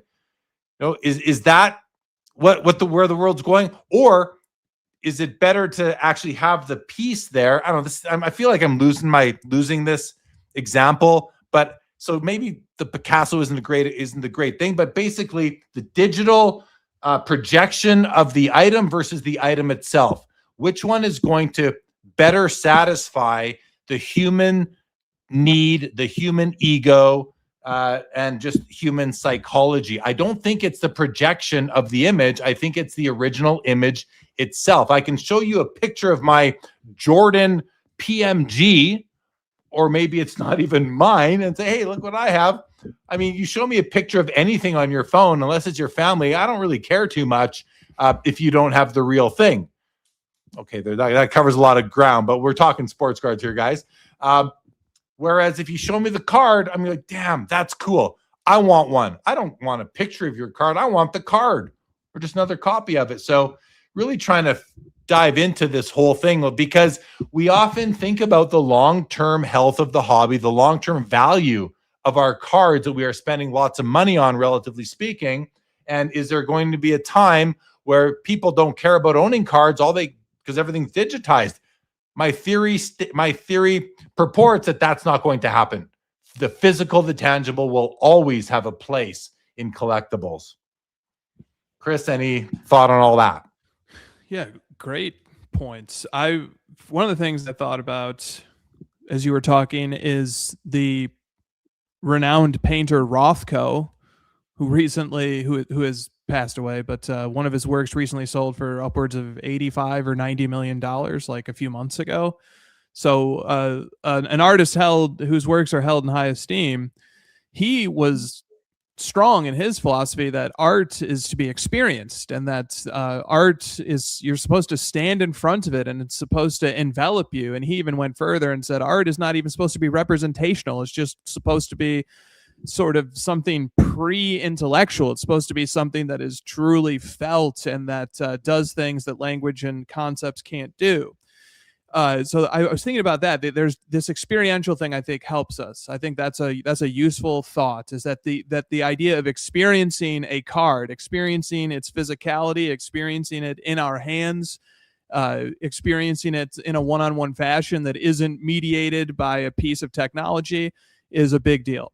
And then another thought that came to my mind, one of the more ironic moments, I think, during the great NFT boom. And this isn't to say that NFTs have gone away or anything like that, but they've calmed down a bit, and some of the more prominent ones have had some pretty steep market corrections. But I remember during the peak of the NFT movement, products started being issued that would let you, on a handheld tablet, display your NFT. So I think particularly this was, I think the product that came out with this was NBA Top Shot. And the irony of that is there had been a lot of work done, a lot of advocating done, a lot of marketing done by proponents of sports-related NFTs that said you don't need physical sports cards because these on-chain digital sports items are superior. They are frictionless. They can easily be transferred back and forth. There's more accountability and legibility and transactions that happen on chain. And ultimately, though, what they did end up needing to do is circle back to the physical. It turns out that they did want the friction. They did want the item to be able to be displayed physical. They did want it to be handheld. They did actually want to be able to show you this thing on a tablet. And when things finally came full circle and the sports related NFTs were suddenly pitching products that let you have the NFT in your hand.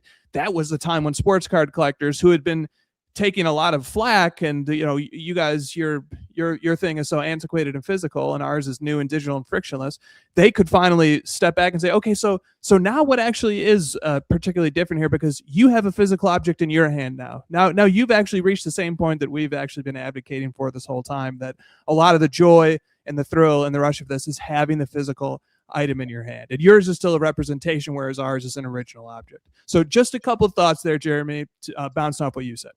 Yeah, no, great stuff, and appreciate the thoughtfulness, Chris, as always. I want to take it now to another. I want to push this even further, this theory, and I want to push it to the theory of socialization and in-person events. So, and I think about my own young kids who have like group chats on text messaging. They're doing video calls now because, they're kids. They can't drive and see each other. And, you think about things like online dating, and even what we're doing right here, right now, all the various live streams, the various panel discussions going on in hobby content and in content in general. People don't need to leave their house now to have social interaction. You can literally have a wonderful social life being alone physically in your house, apartment, or parents' basement. And if you have any communication skills at all, you can do that. You don't need to go to the library, to the pub, to work, to anywhere to have social interaction. In the past, you had to get out of the house. Now you don't need to anymore. So I was thinking about this too, and this came later in my tangible item theory there, which now the theory based on that thought pattern is card shows. I hear a lot people say, there's too many card shows. I don't think there can be enough card shows, especially with the level of activity in the hobby right now. But the point here is that for people who are in this hobby, we can buy, sell, transact, communicate, create content, consume content without leaving the house. But don't humans, just like humans crave, due to the hunter-gatherer nature of our programming, our DNA, don't we crave, the way we crave tangible items, don't we also crave human interaction? As much as you can get by online, I think extreme introverts, maybe not, but everybody else wants to be around people. And the card show might be, down the road when we don't have to leave to go to work. We don't, all these things. The card show might be like the main event of the year. I don't know. Like, it's something that brings us all together in person. It gives us that physical presence that I think we need as humans, that social interaction that is just not on a screen or on the phone or by text messages. So again, you can tell this is not a well thought out theory. I don't even know exactly where I'm going with this, except to say that we are lucky that we have card shows, because even if LCSs eventually go away because of direct to consumer selling, because you can buy singles, you don't need a card shop to hobby anymore. I love card shops. I love the community that they offer, and that's a great thing. But if they can't get allocation, if allocation is going straight to the online breakers, straight to retail, to Walmarts, where you're not going to Walmart to hang out unless you do, I think card shows have a place of social opportunity that maybe we don't get anywhere else. And being a collector, I think this also pushes the potential that being a collector and even the way sports cards are they're really penetrating society right now and mainstream culture, that having the card shows, the National, the Fanatics Fest, the Expo, the Dallas show, the Philly show, the West Coast Card Show, all these big shows, having all of them as a place to gather where we share this hobby of tangibility. Now we have tangibility, we have in-person social interaction. I think I know where I'm going with this. This hobby's the best thing in the world. This sports cards is a lifestyle. Sports cards are my life. And maybe that's why. Because as humans, we like tangibility, we like social interaction. We have egos, whether we want to admit it or not. And I think this hobby is the perfect culmination of bringing all these really basic human needs together. I mean, Chris, some people might think I am just so crazy and out there in my thoughts. Yeah, Diamond Relic says, is this just a commercial? I mean, yeah, I feel like I'm just a commercial here for the hobby, but I truly feel this way and believe this. So how do you respond to that? And Chris, you're always so good at really taking my thoughts, Jeremy's thoughts, and distilling them and kind of summarizing them. I feel like I need that more now than ever. Well, 4 out of 5 dentists recommend the hobby. So there's our slogan for the night. You know, Jeremy, some other things going off what you were saying, there is a strong health, like just out bigger than the hobby. Our physical health, our medical well-being is strongly related to our level of socializing, our level of connectedness to people, the level of in-person interacting that we get to do. And, you know, you just think about all the different physical elements that are just glanced over and in-person interactions that we can take for granted until they're taken away from us, like the human touch, just a pat on the back, a shake of a hand. These things seem to be extremely important to what the human being is and how it functions. And try going a month without touching another human being. And I think you would find it to be incredibly disturbing. Another thing here is that something I think about is that the in-person can cure so many tensions. You know, like we can misunderstand each other constantly in digital contexts and talk past each other, develop feuds with each other. But when we get in person, it's so easy to squash those. It's so easy to talk. It's so easy to have a conversation. It's so much easier to see where the other person's coming from. And even though those tensions can then come up later again after we go away from each other for a while, but when we come together and we talk in person, it really does seem to be a medicine for curing tension too. And the other thing I think about, Jeremy, is that the National, you know, I love getting a card at the National. I love grading cards at the National. I love doing those things. But even if I didn't do any of those things, and even when I do those things, the most memorable parts of that show is always the time spent with friends and the time spent goofing around, joking around, the things we can accomplish together, seeing people working on projects, sharing cards, shooting the wind, whatever. That's always the thing. Like if I think about what did I do last National, right? It's just my memory's going to be flooded with the different people I saw and the dinners we did and the moments we shared. You know, the in-person of the card hobby is huge. And it's why, you know, like there was an opportunity for the digital card show and the digital card shop to assert dominance and to displace the in-person elements when we were on stay-at-home for a period of time and we were quarantining during the pandemic. That was a ripe opportunity to put card shows and the card shop and the in-person experience out of business. And if anything, it did the opposite. If anything, it made us want those things even more. And once society started to open back up, people flooded the Dallas card show. People flooded to the National in numbers that previously hadn't been seen, setting aside the early 1990s. Yeah. Very. It's fun to, you know, we do here on Sports Cards Live on the Hogecast on other channels too and other shows. But I know here I like the deep discussions that go kind of beyond just the hobby as it kind of relates to life in general. I always like these sorts of discussions, Chris, because it makes you think. You know, I find it expands my mind, my scope of thinking.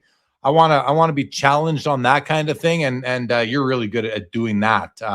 So Yeah, always great. Couple comments here. The professor says, I cannot get Pops Comp digitally yet. Had to buy a physical book. It is Pops and Comps is available on Amazon in ebook, I believe it's called, and has been for a couple months now. It is available on there, by the way, everybody. Diamond Relic said CDs and tapes are getting popular with younger people, not just nostalgia seekers.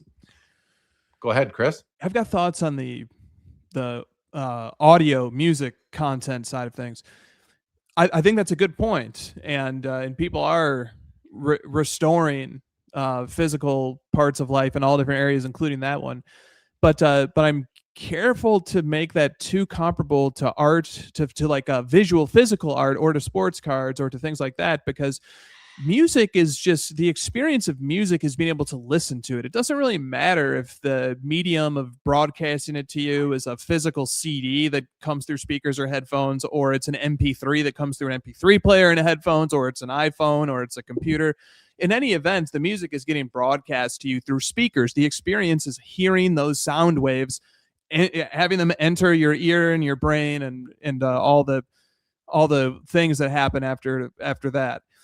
But with cards, there's something that is a bit different. The physical nature of them, or with standing in front of a piece of art, the physical process, the fact that nothing is mediating that is key. Like the speaker is to music what the card in hand is to the sports card. The card is the product, whereas the music coming off the medium is the product. It doesn't matter if it's off a tape, a CD, an 8-track, a record, an MP3. The physical is not the product. It's where the card is the product. You don't just look at a tape or a record and oh, what a beautiful, like we do with cards. Although some album covers, Totally. albums themselves are art themselves. Yes. So now, if we start treating the artwork on the covers, if that's the item, not the music, not the sound waves, but if the actual physical container that transports it is the item that we're interested in, now we're very similar to visual art, sculptures, sports cards, etc. those are like, when it comes to, cassettes, LPs, even CDs, those other features are bonuses. It's like you get the music, but look, you get some cool artwork. You get a cool little booklet inside the CD, or the album jacket with the lyrics on it. I mean, I remember listening to records in the 80s and sitting there with this big album jacket, reading the lyrics, I could tell you the records I was reading the lyrics. It was so much fun back then doing that. So fun. Thanks for that comment, Diamond Relics. Upstate said, well said, Jay Lee, and very interesting stuff. Cards will always connect the collector to the athlete. Card Fuchsia said, we did that one already. Dohono said, what about the effects of sports gambling on the credibility of sports in general going forward? That's a whole other topic, but I don't know, Chris. Yeah, I don't know, man. Like, if we're talking about athletes gambling on their own games, I think that's a problem. But I don't feel like talking about this right now, so I'm just going to leave it. But thanks for the comment. Jesse said, people have been collecting cards since late 1800s. Humans love tangibles. Yes. Area 51 with a super chat. Thank you very much. Said EA Sports made $2 billion on digital cards for gameplay. Right. Like the various, someone also mentioned like the skins in, what's the game called? I just can't think of it right now. The skins you get in various video games. Yeah, there's a market for that too. Charles said, card shops are good for not just buying and selling cards. It's also a great place to socialize, find like-minded individuals. There's a camaraderie in the collector world. There certainly is. Card shows offer that as well. I'm not taking anything away from LCSs. Tim here says, kids ain't leaving the house at 18 no more unless they go to military or you pay for their college.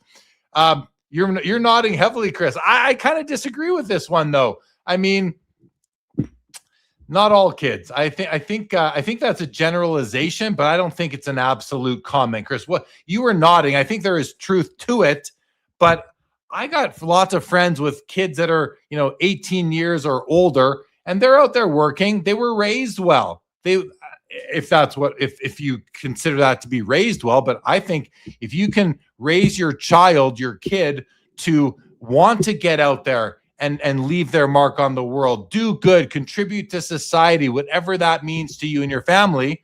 I see kids doing that. Not all kids are just sitting at home playing video games. They're not all doing that, but many of them certainly are. So I'm sure, Tim, in your sphere of influence and your families and friends and all your different social circles, if all those kids are doing that, I question the parenting. I really do. I question the parenting. But even then, I'm sure there are some there are some individuals of that age who are contributing wonderfully to society without leaving the house, maybe. I don't know. But Chris, any thoughts on both Tim's comment and my response? Yeah, I'm actually one who doesn't mind that kids, young adults, stay connected to the nuclear family for longer than the age of 18. A, I think 18 is really young. B, I think families, staying closer together and for longer and staying more connected it can be a great thing. Doesn't need to be a bad thing. I think it's expecting somebody at the age of 18 or even at the age of 22 or even 25 to sort of know who they are and what they want to be, and sort of that doesn't work for everybody. So I think there can be completely reasonable reasons why young adults can still live at home. There are also other cultures where even if the young adult is perfectly functional in society and even thriving, that they still stay with the nuclear family until they start their own family. So, I've always been a little bit off put by the sort of kick them out when they're 18 mindset. And I personally don't mind that maybe it's not as prevalent as it once was. Maybe thanks, Chris. Maybe I misunderstood the comment, because I have no issue with kids living at home while they're getting their life, their education, or working on their trade, or saving money, because as Tim says, no way they can't afford. So I apologize. I wasn't thinking that way. I'm not thinking about and maybe I didn't take his age 18 strongly enough, because I know with my kids, they're welcome to live here until they can get out on their own. I will support my kids. Listen, they're going to have to contribute. They're not getting a free ride, but they can always live in my house if they have to. That's just the kind of family I was brought up in, and the way I was brought up in where I grew up, sort of thing. So, listen, my kids will not be kicked out at 18. I didn't just have kids for 18 years. I think you have a kid. This is a whole other topic. We don't need to get into exact all that. But I will say that you can live at home and be doing very productive things towards leading your own independent life. If you are working towards independence, I'm going to support you. If you're working towards independence, you will have my support. So that is a bit different to me, because you can live at home and still go out at night. You can live at home and still go meet your friends at the cafe, at the pub, at the bar, at the mall, at school, at work. You can still leave the house and go to work. So when I was talking about leaving the house, it wasn't moving out of your parents' house. It was about actually leaving your house and going out into the world at all. Some people are scared of the real world. Some people just don't want to go out. Some people just are happy being keyboard warriors playing video games and living in their parents' basement. That is a bit of an issue for me. If you are doing things, again, working towards independence, working towards contributing to society in some way, that's a bit different. So I think I misunderstood Tim's original question at the beginning. So boy, we're really kind of going off topic. This is Sports Cards Live, not How to Raise Your Children Live. So what do you think, Chris? I guess Josh is going to be a no-show tonight, which is fine. His director of social activity told me he had a wedding to go to tonight. I told him to get a new director of social activity, but that would probably cause all sorts of problems in the Adams household. So, Chris, anything else on your mind tonight? Because I'm kind of out of topics for this evening, and if you are too, we can wrap this up. But if there's anything else you want to mention or talk about, we can do that. You seem to be shaking as in you're good, or you got something else? Let's leave them wanting more. Let's leave them wanting more for this week. Tim says, I question the parenting skills within my crowd. I'll give that a pass. Or we're on the same page then, Tim. Appreciate the follow-up there. Thank you, buddy. All right. Well, we will wrap this up. Man, this is a 2-man wrap-up, Chris. We haven't had one of these in a very long time.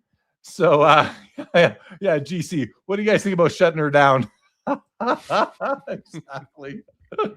Thank you, Tony. Thank you, LGJ.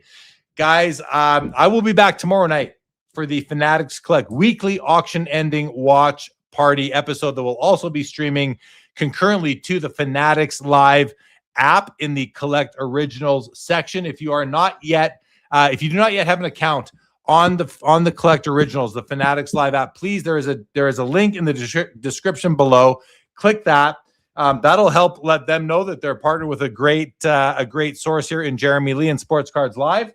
And on Thursdays, I am streaming exclusive content to that destination. You can only see it there. It's called The Hunt. It is Thursdays at 5:00 Eastern. You can watch these in syndication afterwards. You have to go to that creator's page, and then there is a what is it? What do they have it as? Like all completeds or something like that. I'll just show you really quickly where to find out. But here's the Fanatics Collect app. If you go to the bottom, you go to live. Oh, you go to live right there. And then at the top, there's this little bullet there. I think they call them pills in the tech world. It says Collect Originals. You click on there and look right there. That's me. Auction ending watch party. That is Thursday. That's actually tomorrow night. If I click on it, then you see this. And then if you click on this the Sports Cards Live logo up there, it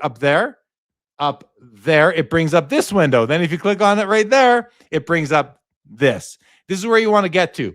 And then it says shows and recent. If you click on recent, there's the episode I did last Thursday. That's how you find them. I know it's a little bit difficult to find, but that's where it is on the Fanatics Collect app. And that's where you can find my exclusive content there on Thursdays. And then, of course, this Monday, the Joe Hollywood episode, a conversation with Joe Hollywood, drops this Monday morning. Check that out.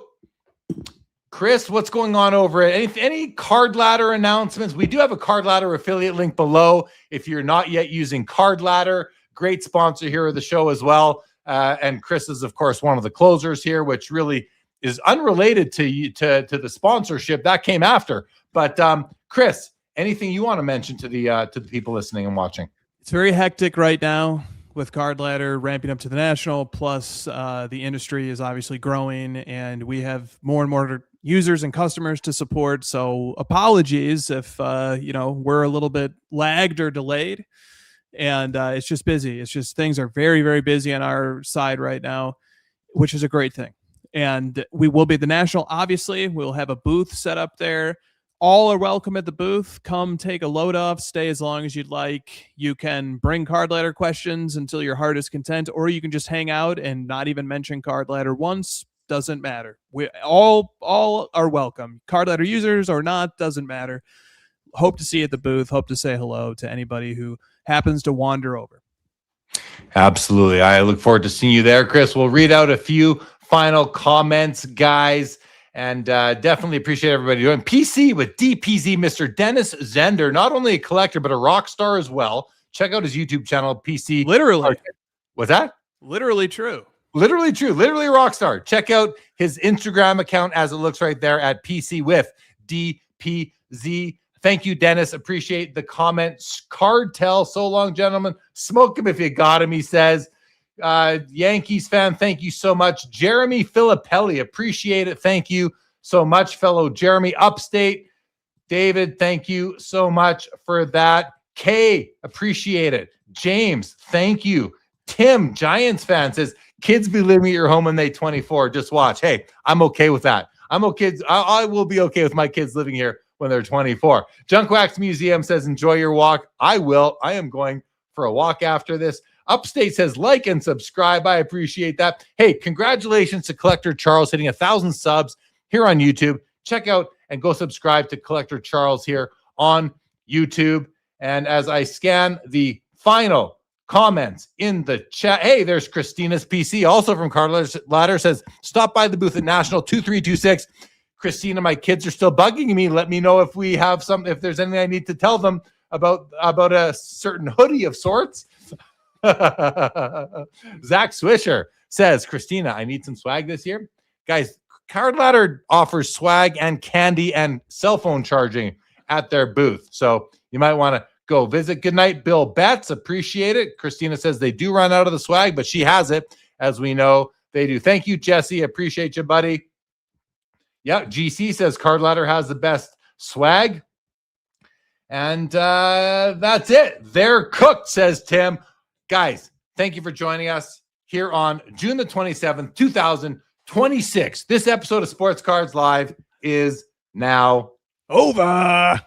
And with that, good night, everybody. Thanks for tuning in and being a part of the Sports Cards Live community. Don't forget to like, subscribe, and most of all, keep collecting.